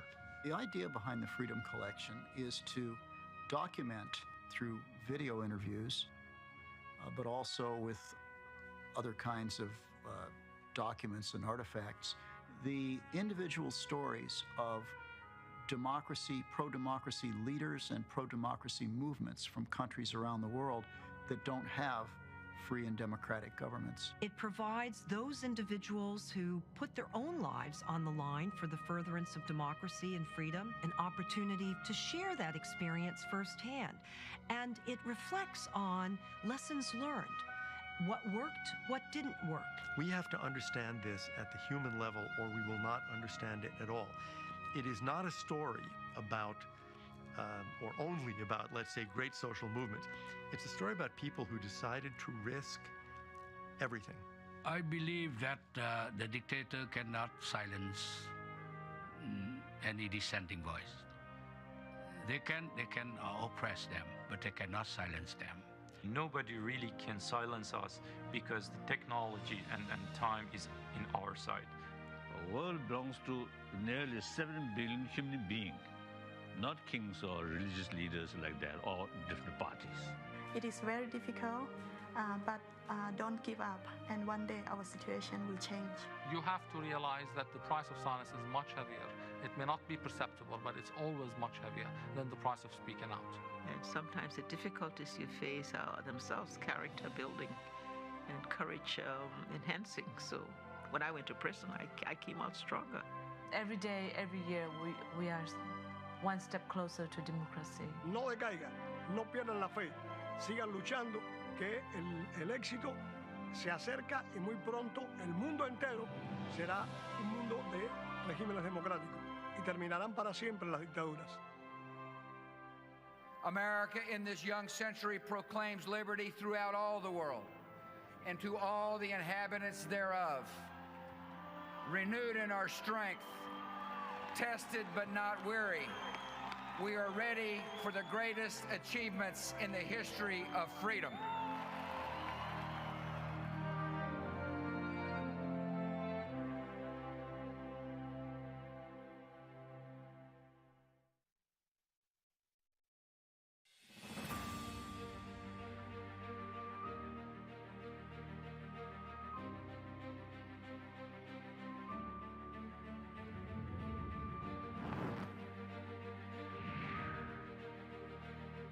Freedom House came together in 1941 to essentially urge America into the war against fascism.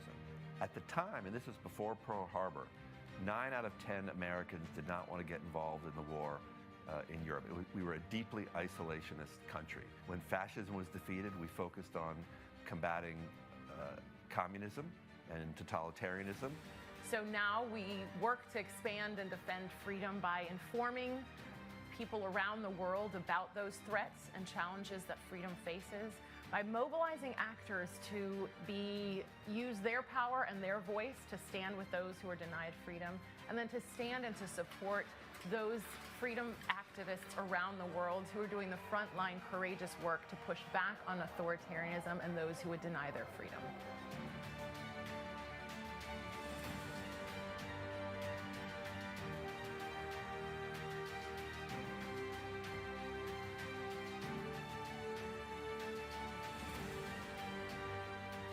The greatest threat to democracy today is probably apathy.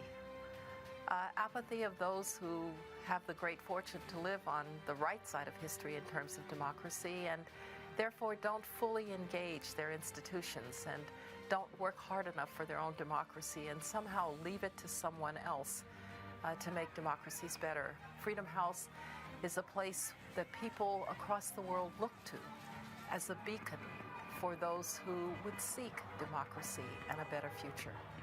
What we're seeing with Putin's invasion of Ukraine is the exact thing which we're seeing around the world, which are those authoritarians who know that if they had to put themselves up to the will of their people, their power would quickly crumble, and their only way to hold on is through violence. The situation of human rights in Venezuela is nothing different than the situation of human rights under any dictatorship. Basically, we are under the control of a regime who decides who lives and who dies, who goes to prison and who stays free, and basically control completely the economy and every aspect of our daily life in Venezuela. Sometimes the most difficult part of the fight is feeling alone.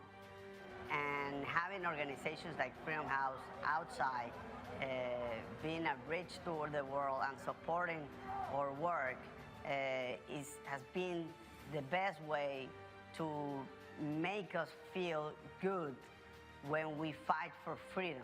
I fervently believe that the defense of democracy is one of the existential issues of our time. Will we live in free countries and have the ability to choose our leaders? That's the question going forward. But we need to remember also that democracy is hard. Democracy is not a straight line, and I'm encouraged that there are so many more democracies today than many, many years ago, just a few decades ago.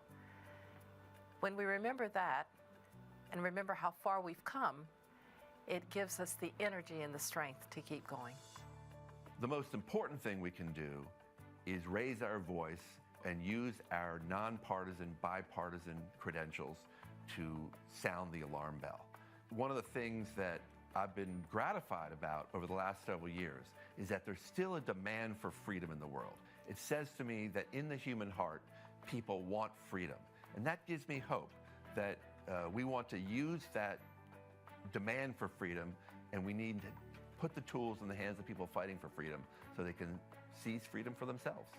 I think the fight for democracy is one of the most difficult fights that anyone can do in their life, trying to fight a dictatorship.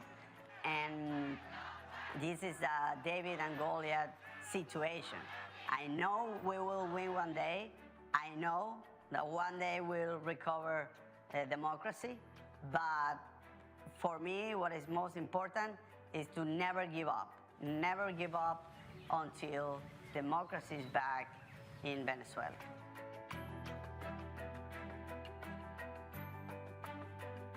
The end game is a world where all are free, and we will continue to do our work until we know that people are living freely around the world and we no longer have a world where people are denied their freedoms on a daily basis.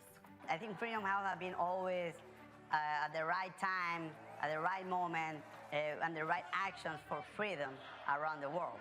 So these last 80 years, I think they haven't missed a fight. They haven't missed a place to help and to support. They had never closed their eyes in front of the suffering of people being killed or tortured by awful regimes around the world. We cannot take democracy for granted. Democracy has to be fought for. Democracy has to be struggled for. People have to recognize it.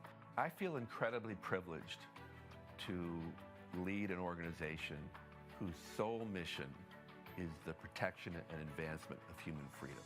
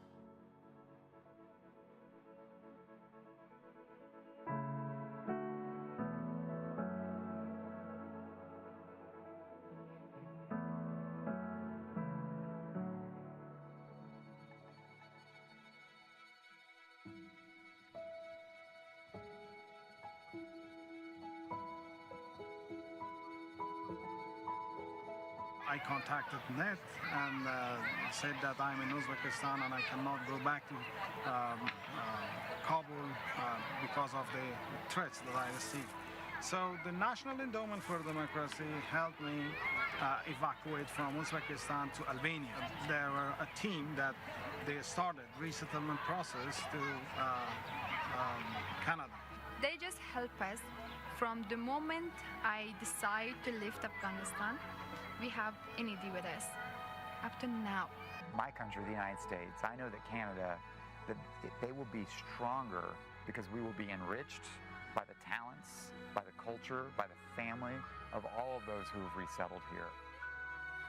If you spend time talking to the partners that we support across Afghanistan, you can't help but be optimistic.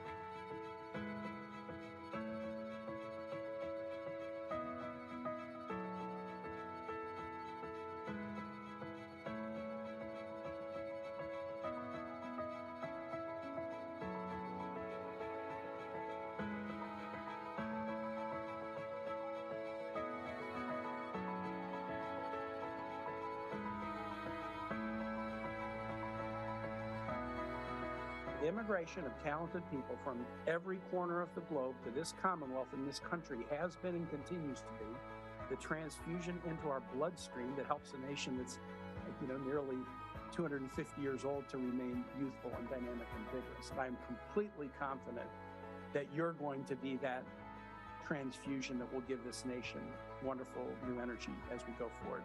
We are encouraged and buoyed by the many Afghans continuing to press for an accountable, rights-respecting, and representative government. The aspirations of the Afghan people for free and inclusive governance cannot be extinguished. The endowment and its family, NDI, IRI, Solidarity Center, and SITE, have been proud to have supported your courageous efforts over the past 3 decades. I hope you can take some comfort in our continued partnership and in the knowledge that the Ned family remains committed, despite very serious obstacles to the democratic cause in Afghanistan. Yes, We lost. The states collapsed, but the media is still existing. We are resisting against Taliban. We can do this. Let's try our best. How ironic is this? That I consider myself so lucky that among thousands of Afghans, I got the chance to flee from where I once called home. This is not a sub story, but a story of lingering hope, a story of rebuilding and a fresh start. As a Pashto saying goes, after every darkness, there will be a light.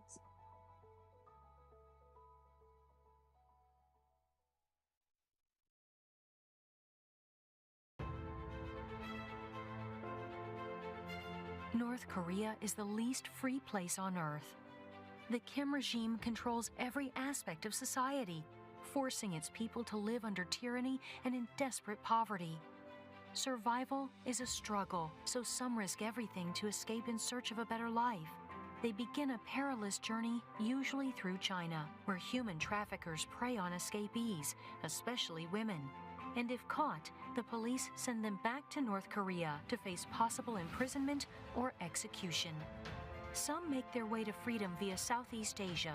From there, most find sanctuary in South Korea, but some come to the United States as refugees, where they face challenges adjusting to their new lives. They want to integrate into the culture, get an education, and be productive citizens. Supporting refugees helps them build new lives, enables them to help those they left behind, and brings all North Koreans closer to freedom.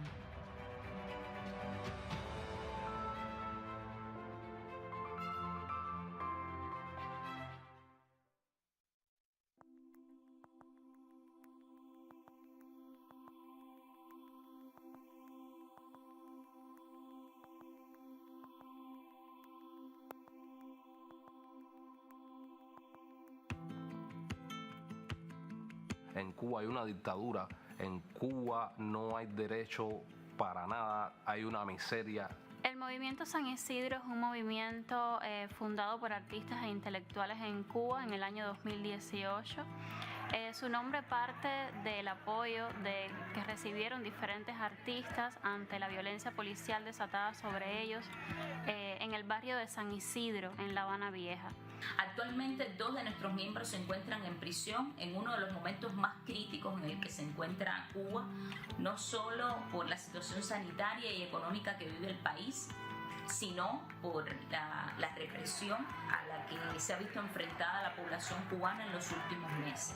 En este momento, más de 1.000 personas se encuentran en la cárcel.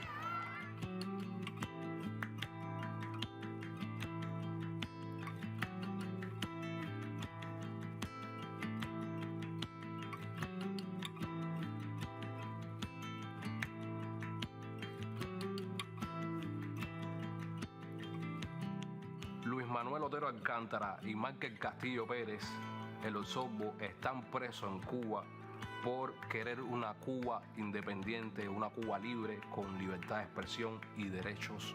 Puede ir desde condenas en cárceles, como estamos viendo que está sucediendo ahora, hasta censura de su trabajo, hasta acoso a su familia, a sus seres más queridos. Estamos hablando de despidos laborales, como ha sido mi caso, o vigilancia constante, o prisión domiciliaria, o en el caso, por ejemplo, de encarcelamiento, en Michael y Luis, que están siendo procesados injustamente por solo expresarse, por solo ejercer su derecho a la libertad de expresión, justamente.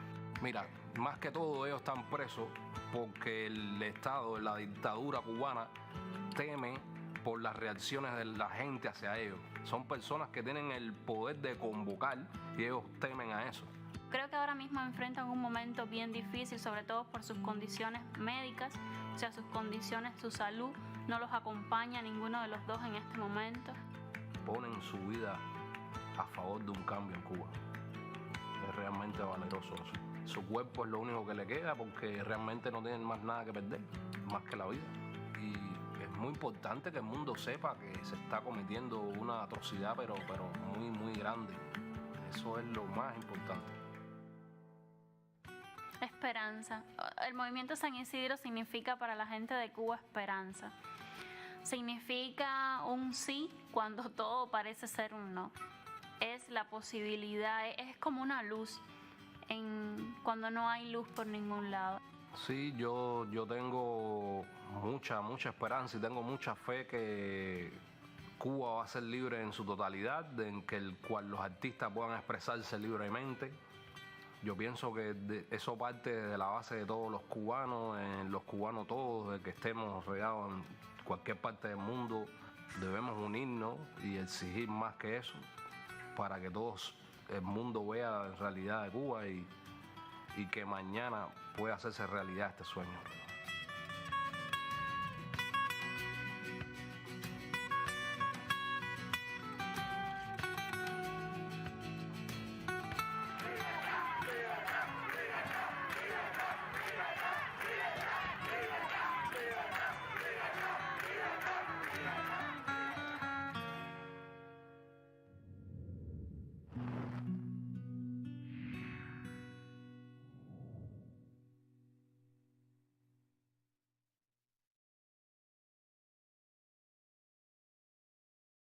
My name is Alexandra Matvichuk. I'm a human rights defender, head of Center for Civil Liberties.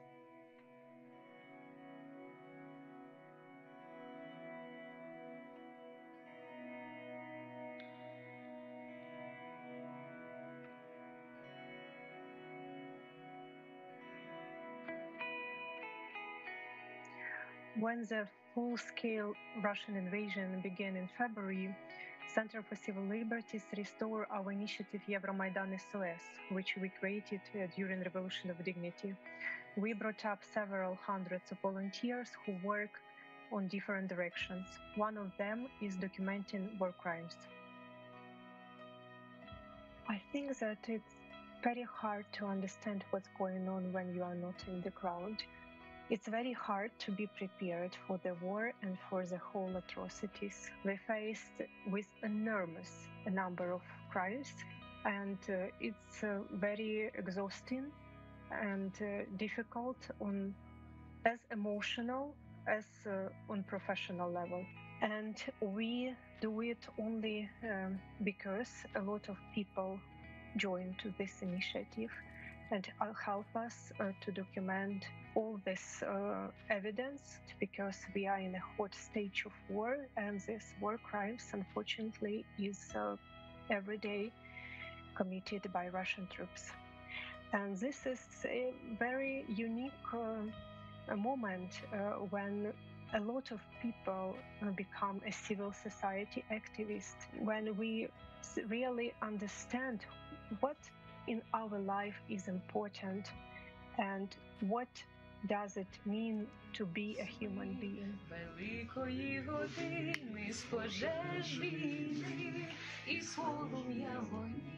I have never wished any nation to go through the war and have our experience, but this dramatic time provides opportunity for Ukrainian people to express their best features and to be better than we are.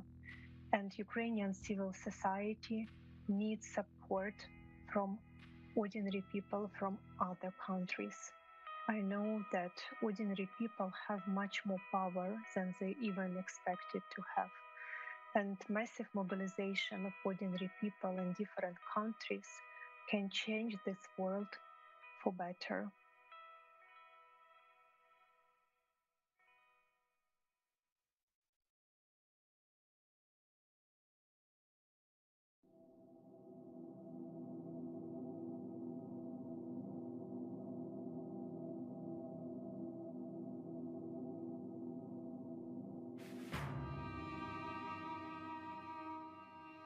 I have a message that I would like to share with all the brothers and sisters in different parts of the world right now who are also going through the same struggle like us, who are struggling for freedom, for democracy, against any kind of authoritarian and dictatorships. We are doing the right thing.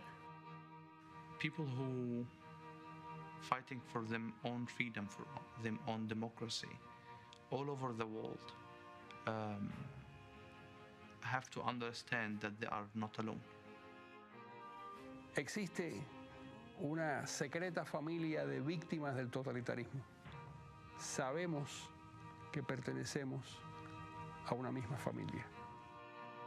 Freedom and democracy are the trend of our age, and no dictators can stop that movement. Truth is so powerful, and freedom is so powerful that even though if you are born in a country without that,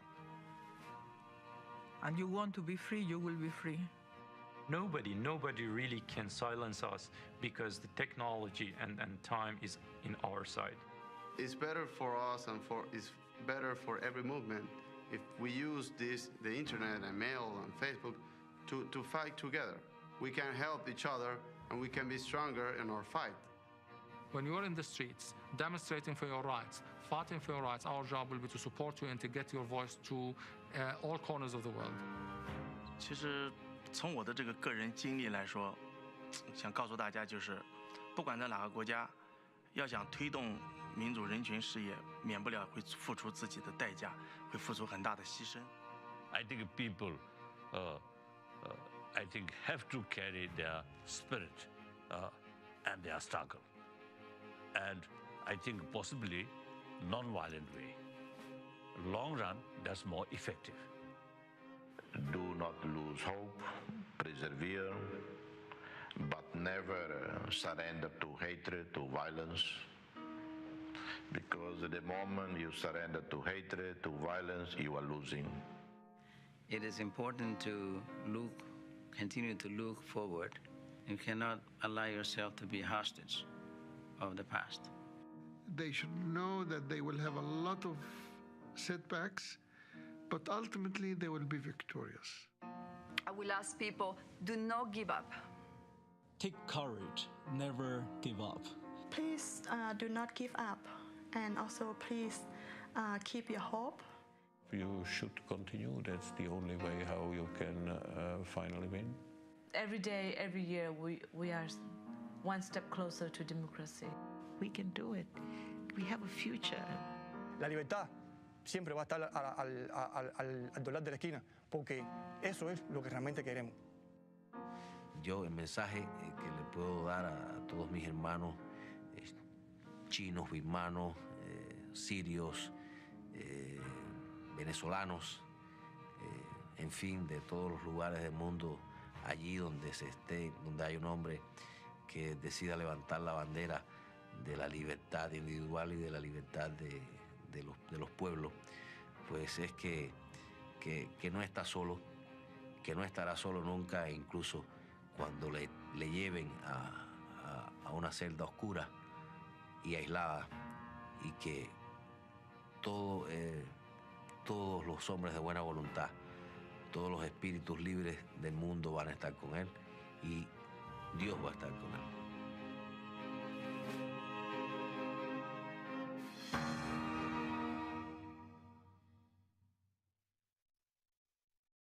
In 2007, I awarded the Medal of Freedom to Dr. Oscar Elias Bisset. I did so because of his courage and his devotion to freedom. He couldn't be with us then because he was in a prison cell, locked away for daring to criticize Cuba's communist regime and for demanding respect for the fundamental rights of the Cuban people. For the past several years, Oscar has entrusted his Medal of Freedom to the Bush Institute's Freedom Collection. He did so until Cuba was free, or at least until he was free to travel here. There's still a long road ahead before Cuba's freedom is realized. But at long last, Oscar has finally been released from prison and allowed to leave the island. And so we welcome you, Oscar. We've been waiting for you, and we are thrilled you're here. I want to read a few words from my speech in the East Room when we announced your Medal of Freedom. Here's part of what I said. Oscar Bisset is a healer, known to 11 million Cubans as a physician, a community organizer, and an advocate for human rights. For decades, he has told the world what he has seen in Cuba: the arrogance of a one-party state, the suppression of political dissent, the coercion of expectant mothers. For speaking the truth, Dr. Bisset has endured repeated harassment, beatings, and detentions. The international community agrees that Dr. Bisset's imprisonment is unjust, yet the regime has refused every call for his release. To the Cuban dictatorship, Dr. Bisset is a dangerous man. He's dangerous in the same way that Martin Luther King Jr. and Gandhi were dangerous. He's a man of peace, a man of truth, and a man of faith. In captivity, he has continued to embody courage and dignity. His example is a rebuke to the tyrants and secret police of a regime whose day is passing. Dr. Bisset is also a young man. God willing, he'll soon regain his freedom as justice demands. He deserves to be reunited with his wife Elsa and all their family. And the land they call home deserves to be free. I am inspired by his unyielding commitment to his people and his nonviolent defiance of an unjust regime. He symbolizes all the brave men and women of Cuba who continue to have a vision for a free and democratic Cuba. Laura and I will continue to stand with the Cuban people for their freedom. The Bush Center will continue to stand for Cuba people's liberty. We will continue to stand with a great man with a mighty heart, Oscar Bisset. I'm now honored to finally present Dr. Bisset with the Medal of Freedom. The United States stands with Oscar Elias Bisset in his heroic struggle against tyranny, salutes him for his courage, and honors him for his devotion to freedom and human rights.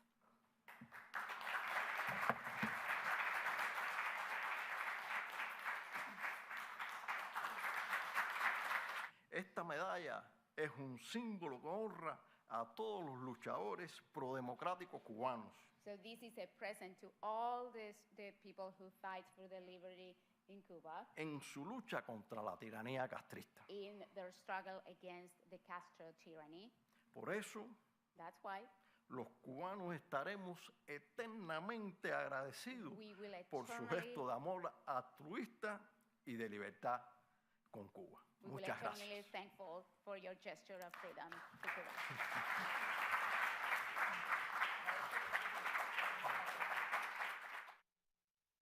As your own university's president of the student union in 2017, you found yourself involved in what became student-led protests and that grew against the Maduro regime. And you yourself were ultimately arrested and then have found yourself now living in exile.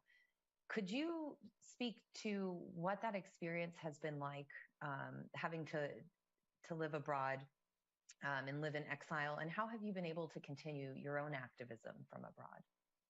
Being an activism limits a lot your capacity to develop a professional career in the international sphere. And when why I say this, because the reality of being outside is that, for example, in my case, I applied to many international NGO positions or UN position, even in entry position as a staff support, administration support. But the information that I got is that because of my high activism profile and my political involvement, I am not a candidate, so I can't continue with the process. Of course, it's really hard, and this makes me really sad. But from one side, it's the reality. But from other side, it didn't stop me to continue help me and finding ways to raising my voice against what is happening in my country. So I had to make my own way, and I have worked as a babysitter, cook helper, a dishwasher, cleaning a restaurant, taking care of an old woman, but also I had the opportunity to constitute and to create and to lead a committee of people that have been victims of brutal human rights violations and crimes against humanity. So there where I am helping from the distance the victims. So also I am trying to connect big generation of young Venezuelan professionals that are outside of the country. So one day when we have the opportunity to go back to Venezuela, we are ready and to help where is gonna be needed.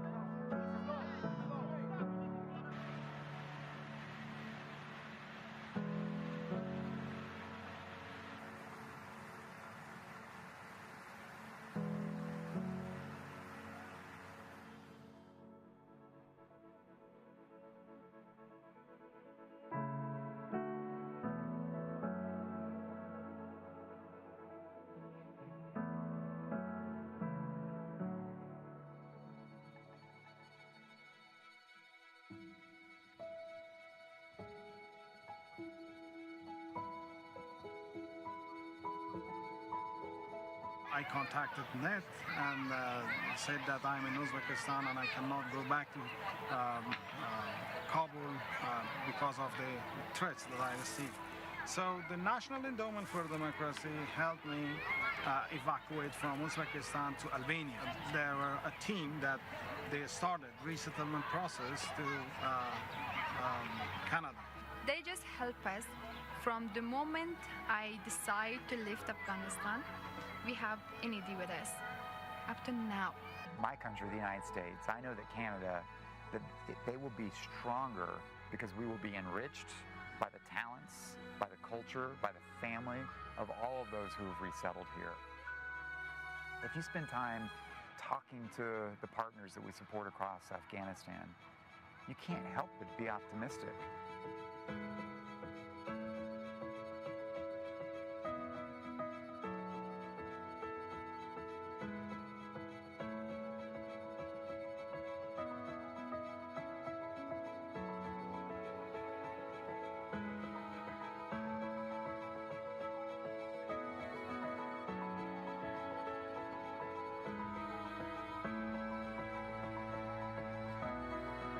The immigration of talented people from every corner of the globe to this Commonwealth and this country has been and continues to be the transfusion into our bloodstream that helps a nation that's, nearly 250 years old to remain youthful and dynamic and vigorous. And I'm completely confident that you're going to be that transfusion that will give this nation wonderful new energy as we go forward.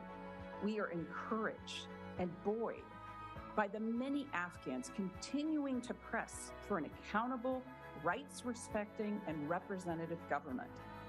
The aspirations of the Afghan people for free and inclusive governance cannot be extinguished. The endowment and its family, NDI, IRI, Solidarity Center, and SITE, have been proud to have supported your courageous efforts over the past 3 decades. I hope you can take some comfort in our continued partnership and in the knowledge that the Ned family remains committed, despite very serious obstacles, to the democratic cause in Afghanistan. Yes, but we lost. The states collapsed, but the media is still existing. We are resisting against Taliban. We can do this. Let's try our best. How ironic is this? That I consider myself so lucky that among thousands of Afghans, I got the chance to flee from where I once called home. This is not a sub story, but a story of lingering hope, a story of rebuilding and a fresh start. As a Pashto saying goes, after every darkness, there will be a light.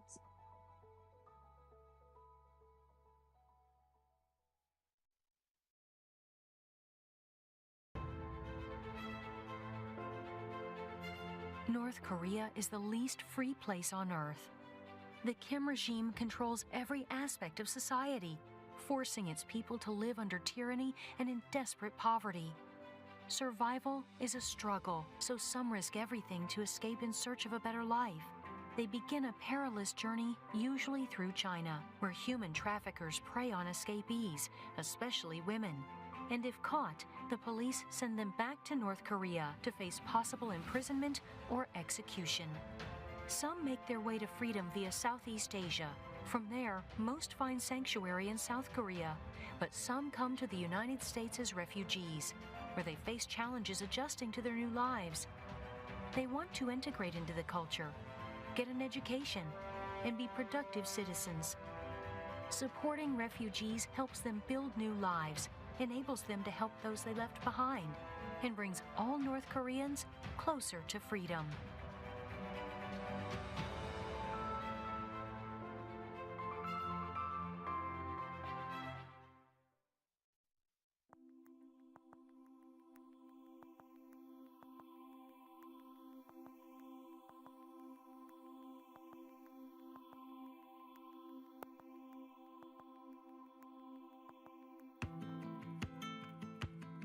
En Cuba hay una dictadura, en Cuba no hay derecho para nada, hay una miseria. El movimiento San Isidro es un movimiento fundado por artistas e intelectuales en Cuba en el año 2018. Su nombre parte del apoyo que recibieron diferentes artistas ante la violencia policial desatada sobre ellos en el barrio de San Isidro, en La Habana Vieja.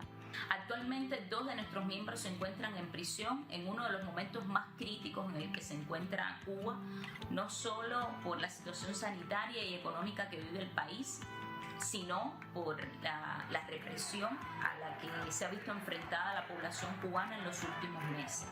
En este momento, más de 1000 personas se encuentran en la cárcel.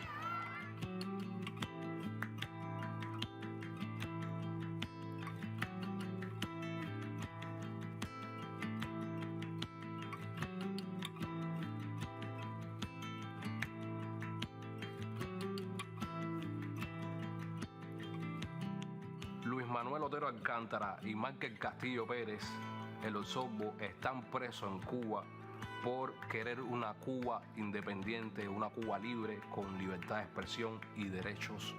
Puede ir desde condenas en cárceles, como estamos viendo que está sucediendo ahora, hasta censura de su trabajo, hasta acoso a su familia, a sus seres más queridos. Estamos hablando de despidos laborales, como ha sido mi caso, o vigilancia constante, o prisión domiciliaria, o en el caso, por ejemplo, de encarcelamiento, en Michael y Luis, que están siendo procesados injustamente por solo expresarse, por solo ejercer su derecho a la libertad de expresión, justamente.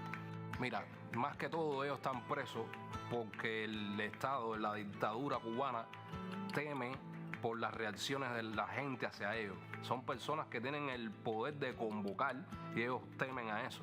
Creo que ahora mismo enfrentan un momento bien difícil, sobre todo por sus condiciones médicas, o sea, sus condiciones, su salud no los acompaña a ninguno de los dos en este momento. Ponen su vida a favor de un cambio en Cuba. Es realmente valeroso eso. Su cuerpo es lo único que le queda porque realmente no tienen más nada que perder, más que la vida. Y es muy importante que el mundo sepa que se está cometiendo una atrocidad, pero muy, muy grande. Eso es lo más importante. Esperanza. El movimiento San Isidro significa para la gente de Cuba esperanza. Significa un sí cuando todo parece ser un no. Es la posibilidad, es como una luz cuando no hay luz por ningún lado. Sí, yo tengo mucha esperanza y tengo mucha fe que Cuba va a ser libre en su totalidad, en que el cual los artistas puedan expresarse libremente. Yo pienso que eso parte de la base de todos los cubanos todos, de que estemos rodeados en cualquier parte del mundo, debemos unirnos y exigir más que eso para que todos el mundo vea la realidad de Cuba y que mañana pueda hacerse realidad este sueño.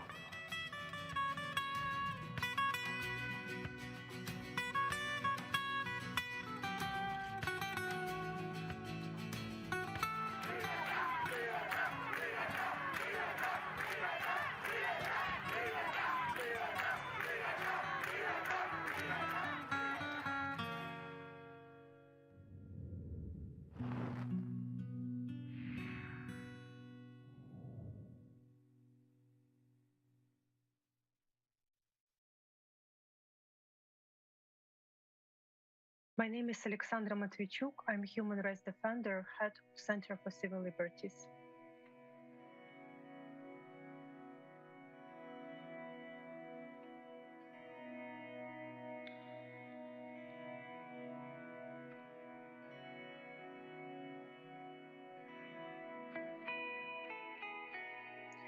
When the full-scale Russian invasion began in February, Center for Civil Liberties restored our initiative Euromaidan SOS, which we created during Revolution of Dignity. We brought up several hundreds of volunteers who work on different directions. One of them is documenting war crimes. I think that it's very hard to understand what's going on when you are not in the ground. It's very hard to be prepared for the war and for the whole atrocities. We faced with enormous number of crimes, and it's very exhausting and difficult on as emotional as on professional level.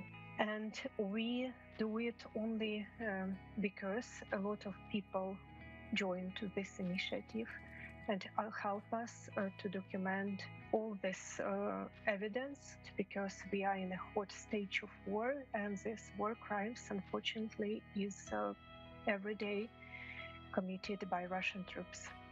And this is a very unique moment when a lot of people become a civil society activist, when we really understand what in our life is important and what does it mean to be a human being.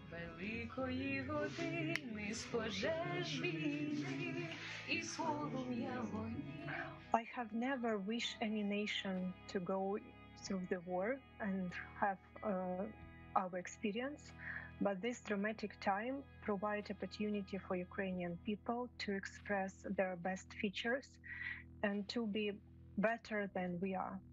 And Ukrainian civil society needs support from ordinary people from other countries.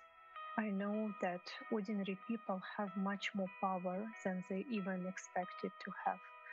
And massive mobilization of ordinary people in different countries can change this world for better.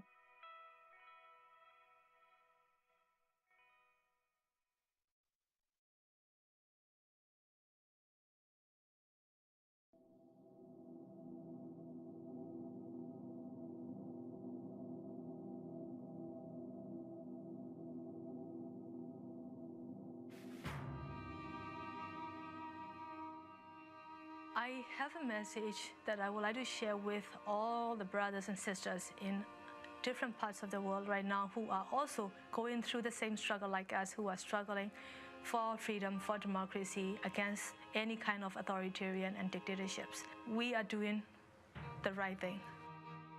People who fighting for their own freedom, for their own democracy, all over the world, have to understand that they are not alone. Existe una secreta familia de víctimas del totalitarismo. Sabemos que pertenecemos a una misma familia. Freedom and democracy are the trend of our age, and no dictators can stop that movement. Truth is so powerful, and freedom is so powerful that even though if you are born in a country without that, and you want to be free, you will be free. Nobody really can silence us because the technology and time is in our side. It's better for us and it's better for every movement if we use the internet and mail and Facebook to fight together. We can help each other and we can be stronger in our fight. When you are in the streets, demonstrating for your rights, fighting for your rights, our job will be to support you and to get your voice to all corners of the world. 其实从我的这个个人经历来说，想告诉大家就是，不管在哪个国家，要想推动民主人权事业，免不了会付出自己的代价，会付出很大的牺牲。I think people, I think have to carry their spirit and their struggle, and I think possibly non-violent way. Long run, that's more effective. Do not lose hope, persevere, but never surrender to hatred, to violence. Because the moment you surrender to hatred, to violence, you are losing. It is important to continue to look forward. You cannot allow yourself to be hostage of the past. They should know that they will have a lot of setbacks, but ultimately they will be victorious. I will ask people, do not give up. Take courage, never give up. Please do not give up, and also please keep your hope.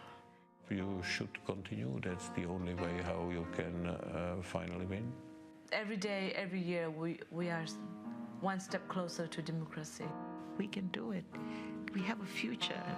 La libertad siempre va a estar al doblar de la esquina, porque eso es lo que realmente queremos.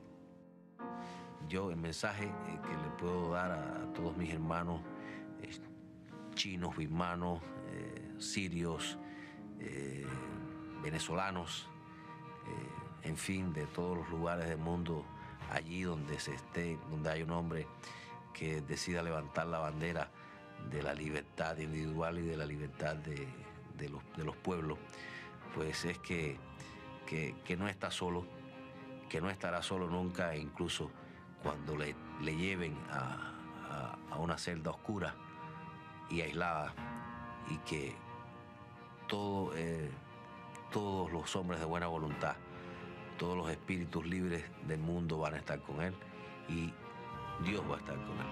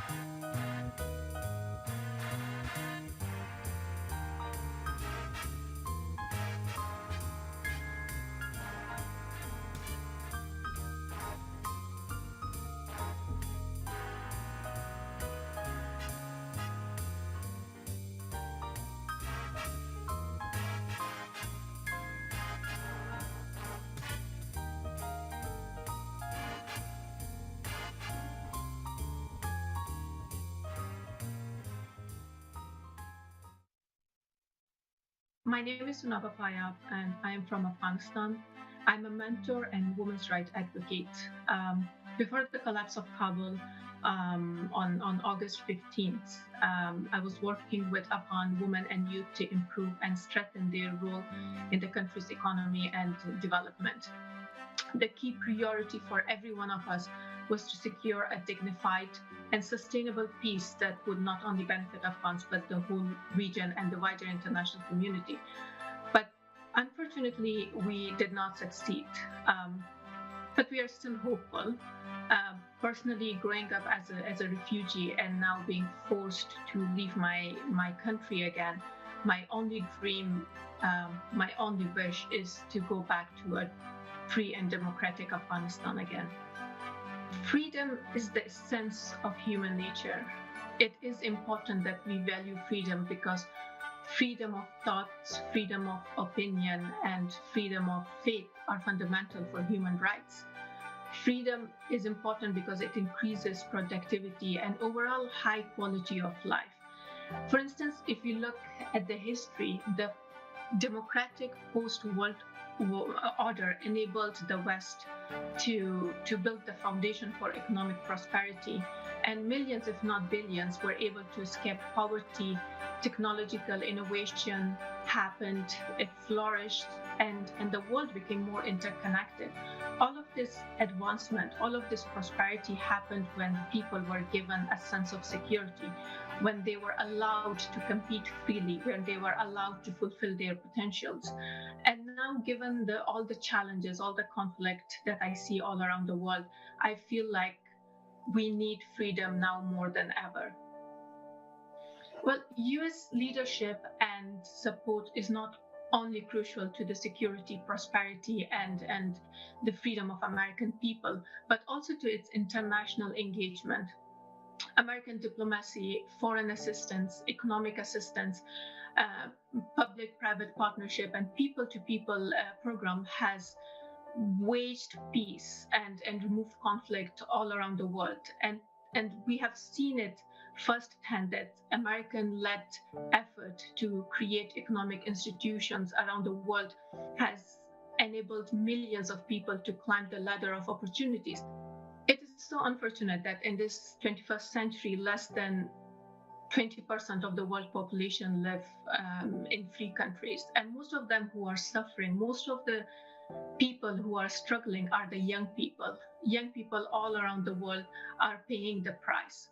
Unfortunately, our political parties, our political leaders are so much focused to benefit their parties, or simply saying what they need is to win the next election.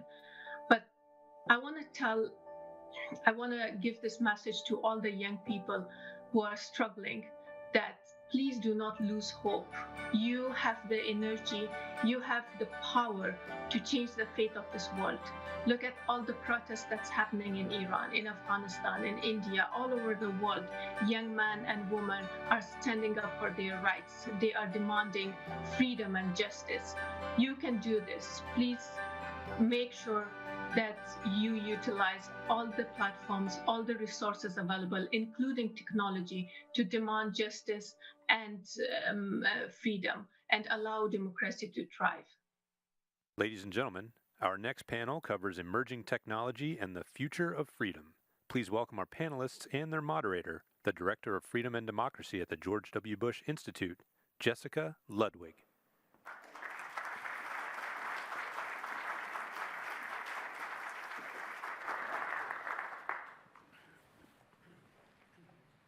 Hello, everyone. Welcome back from lunch.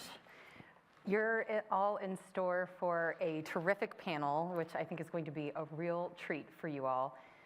The field of technology is one that is so fast evolving, and it can be difficult to keep up with, on the one hand, what version of phone should I buy, to all of the different technologies that offer promise and perhaps peril as well. And so here today we have three really some of the most forward-looking thinkers on this issue, all from different backgrounds. And I think they'll do a terrific job of helping to paint a multidimensional picture for all of you of what's at stake and what's the promise as well of technology. So I'll start with brief speaker introductions. On the far end of the stage, we're joined by Scott Carpenter, who is Managing Director at Jigsaw, which for those of you who may not know what Jigsaw is, it's a unit of software engineers within Google who design technology solutions to online threats that challenge open societies. In the middle, we're joined by Dr. Samantha Hoffman, who is a senior policy analyst at, or a senior analyst, at the Australian Strategic Policy Institute. So she's all the way here from Sydney, and she is a top global expert on how China's Communist Party views the development of technology. And then closest to me is my esteemed former colleague, Christopher Walker, who is Vice President for Studies and Analysis at the National Endowment for Democracy in DC.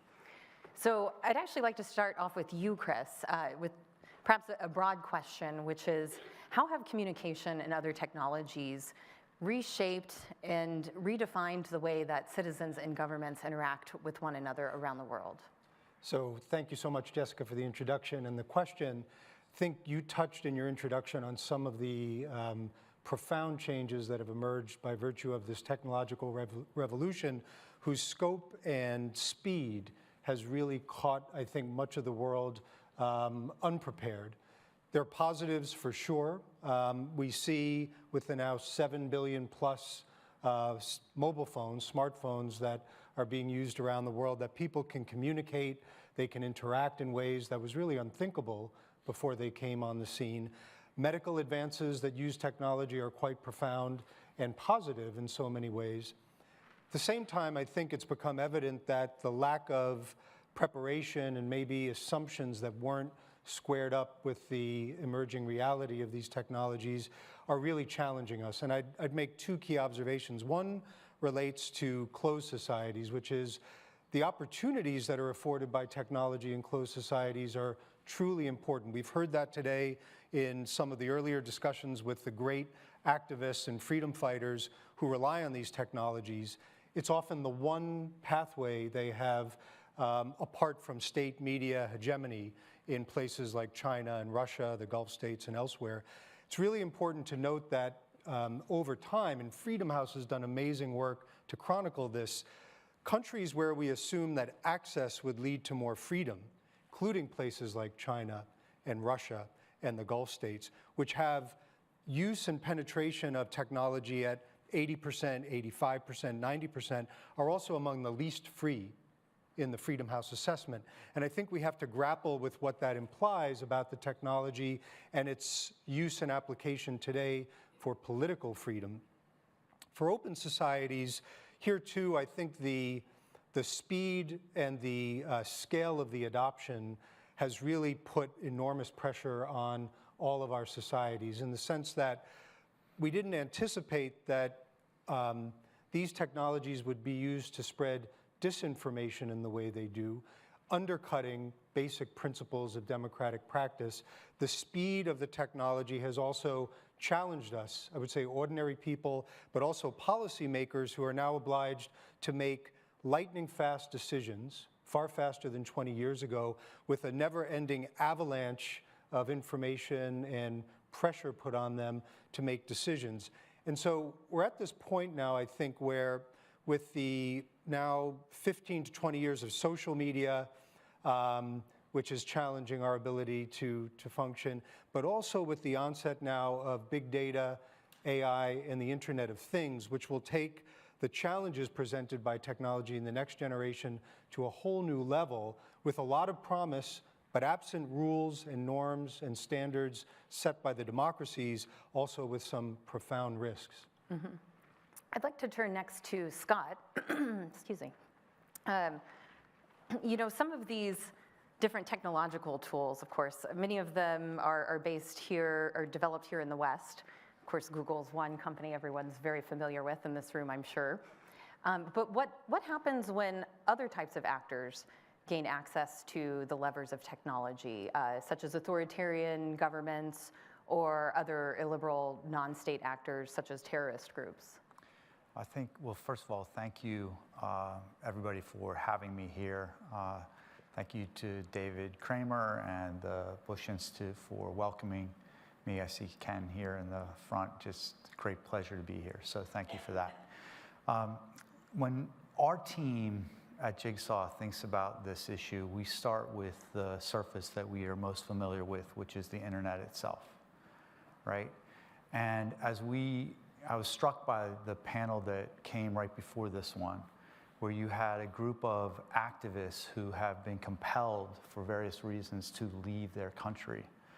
The only connection that they are able to retain, to the degree that they're able to retain it, is via the internet.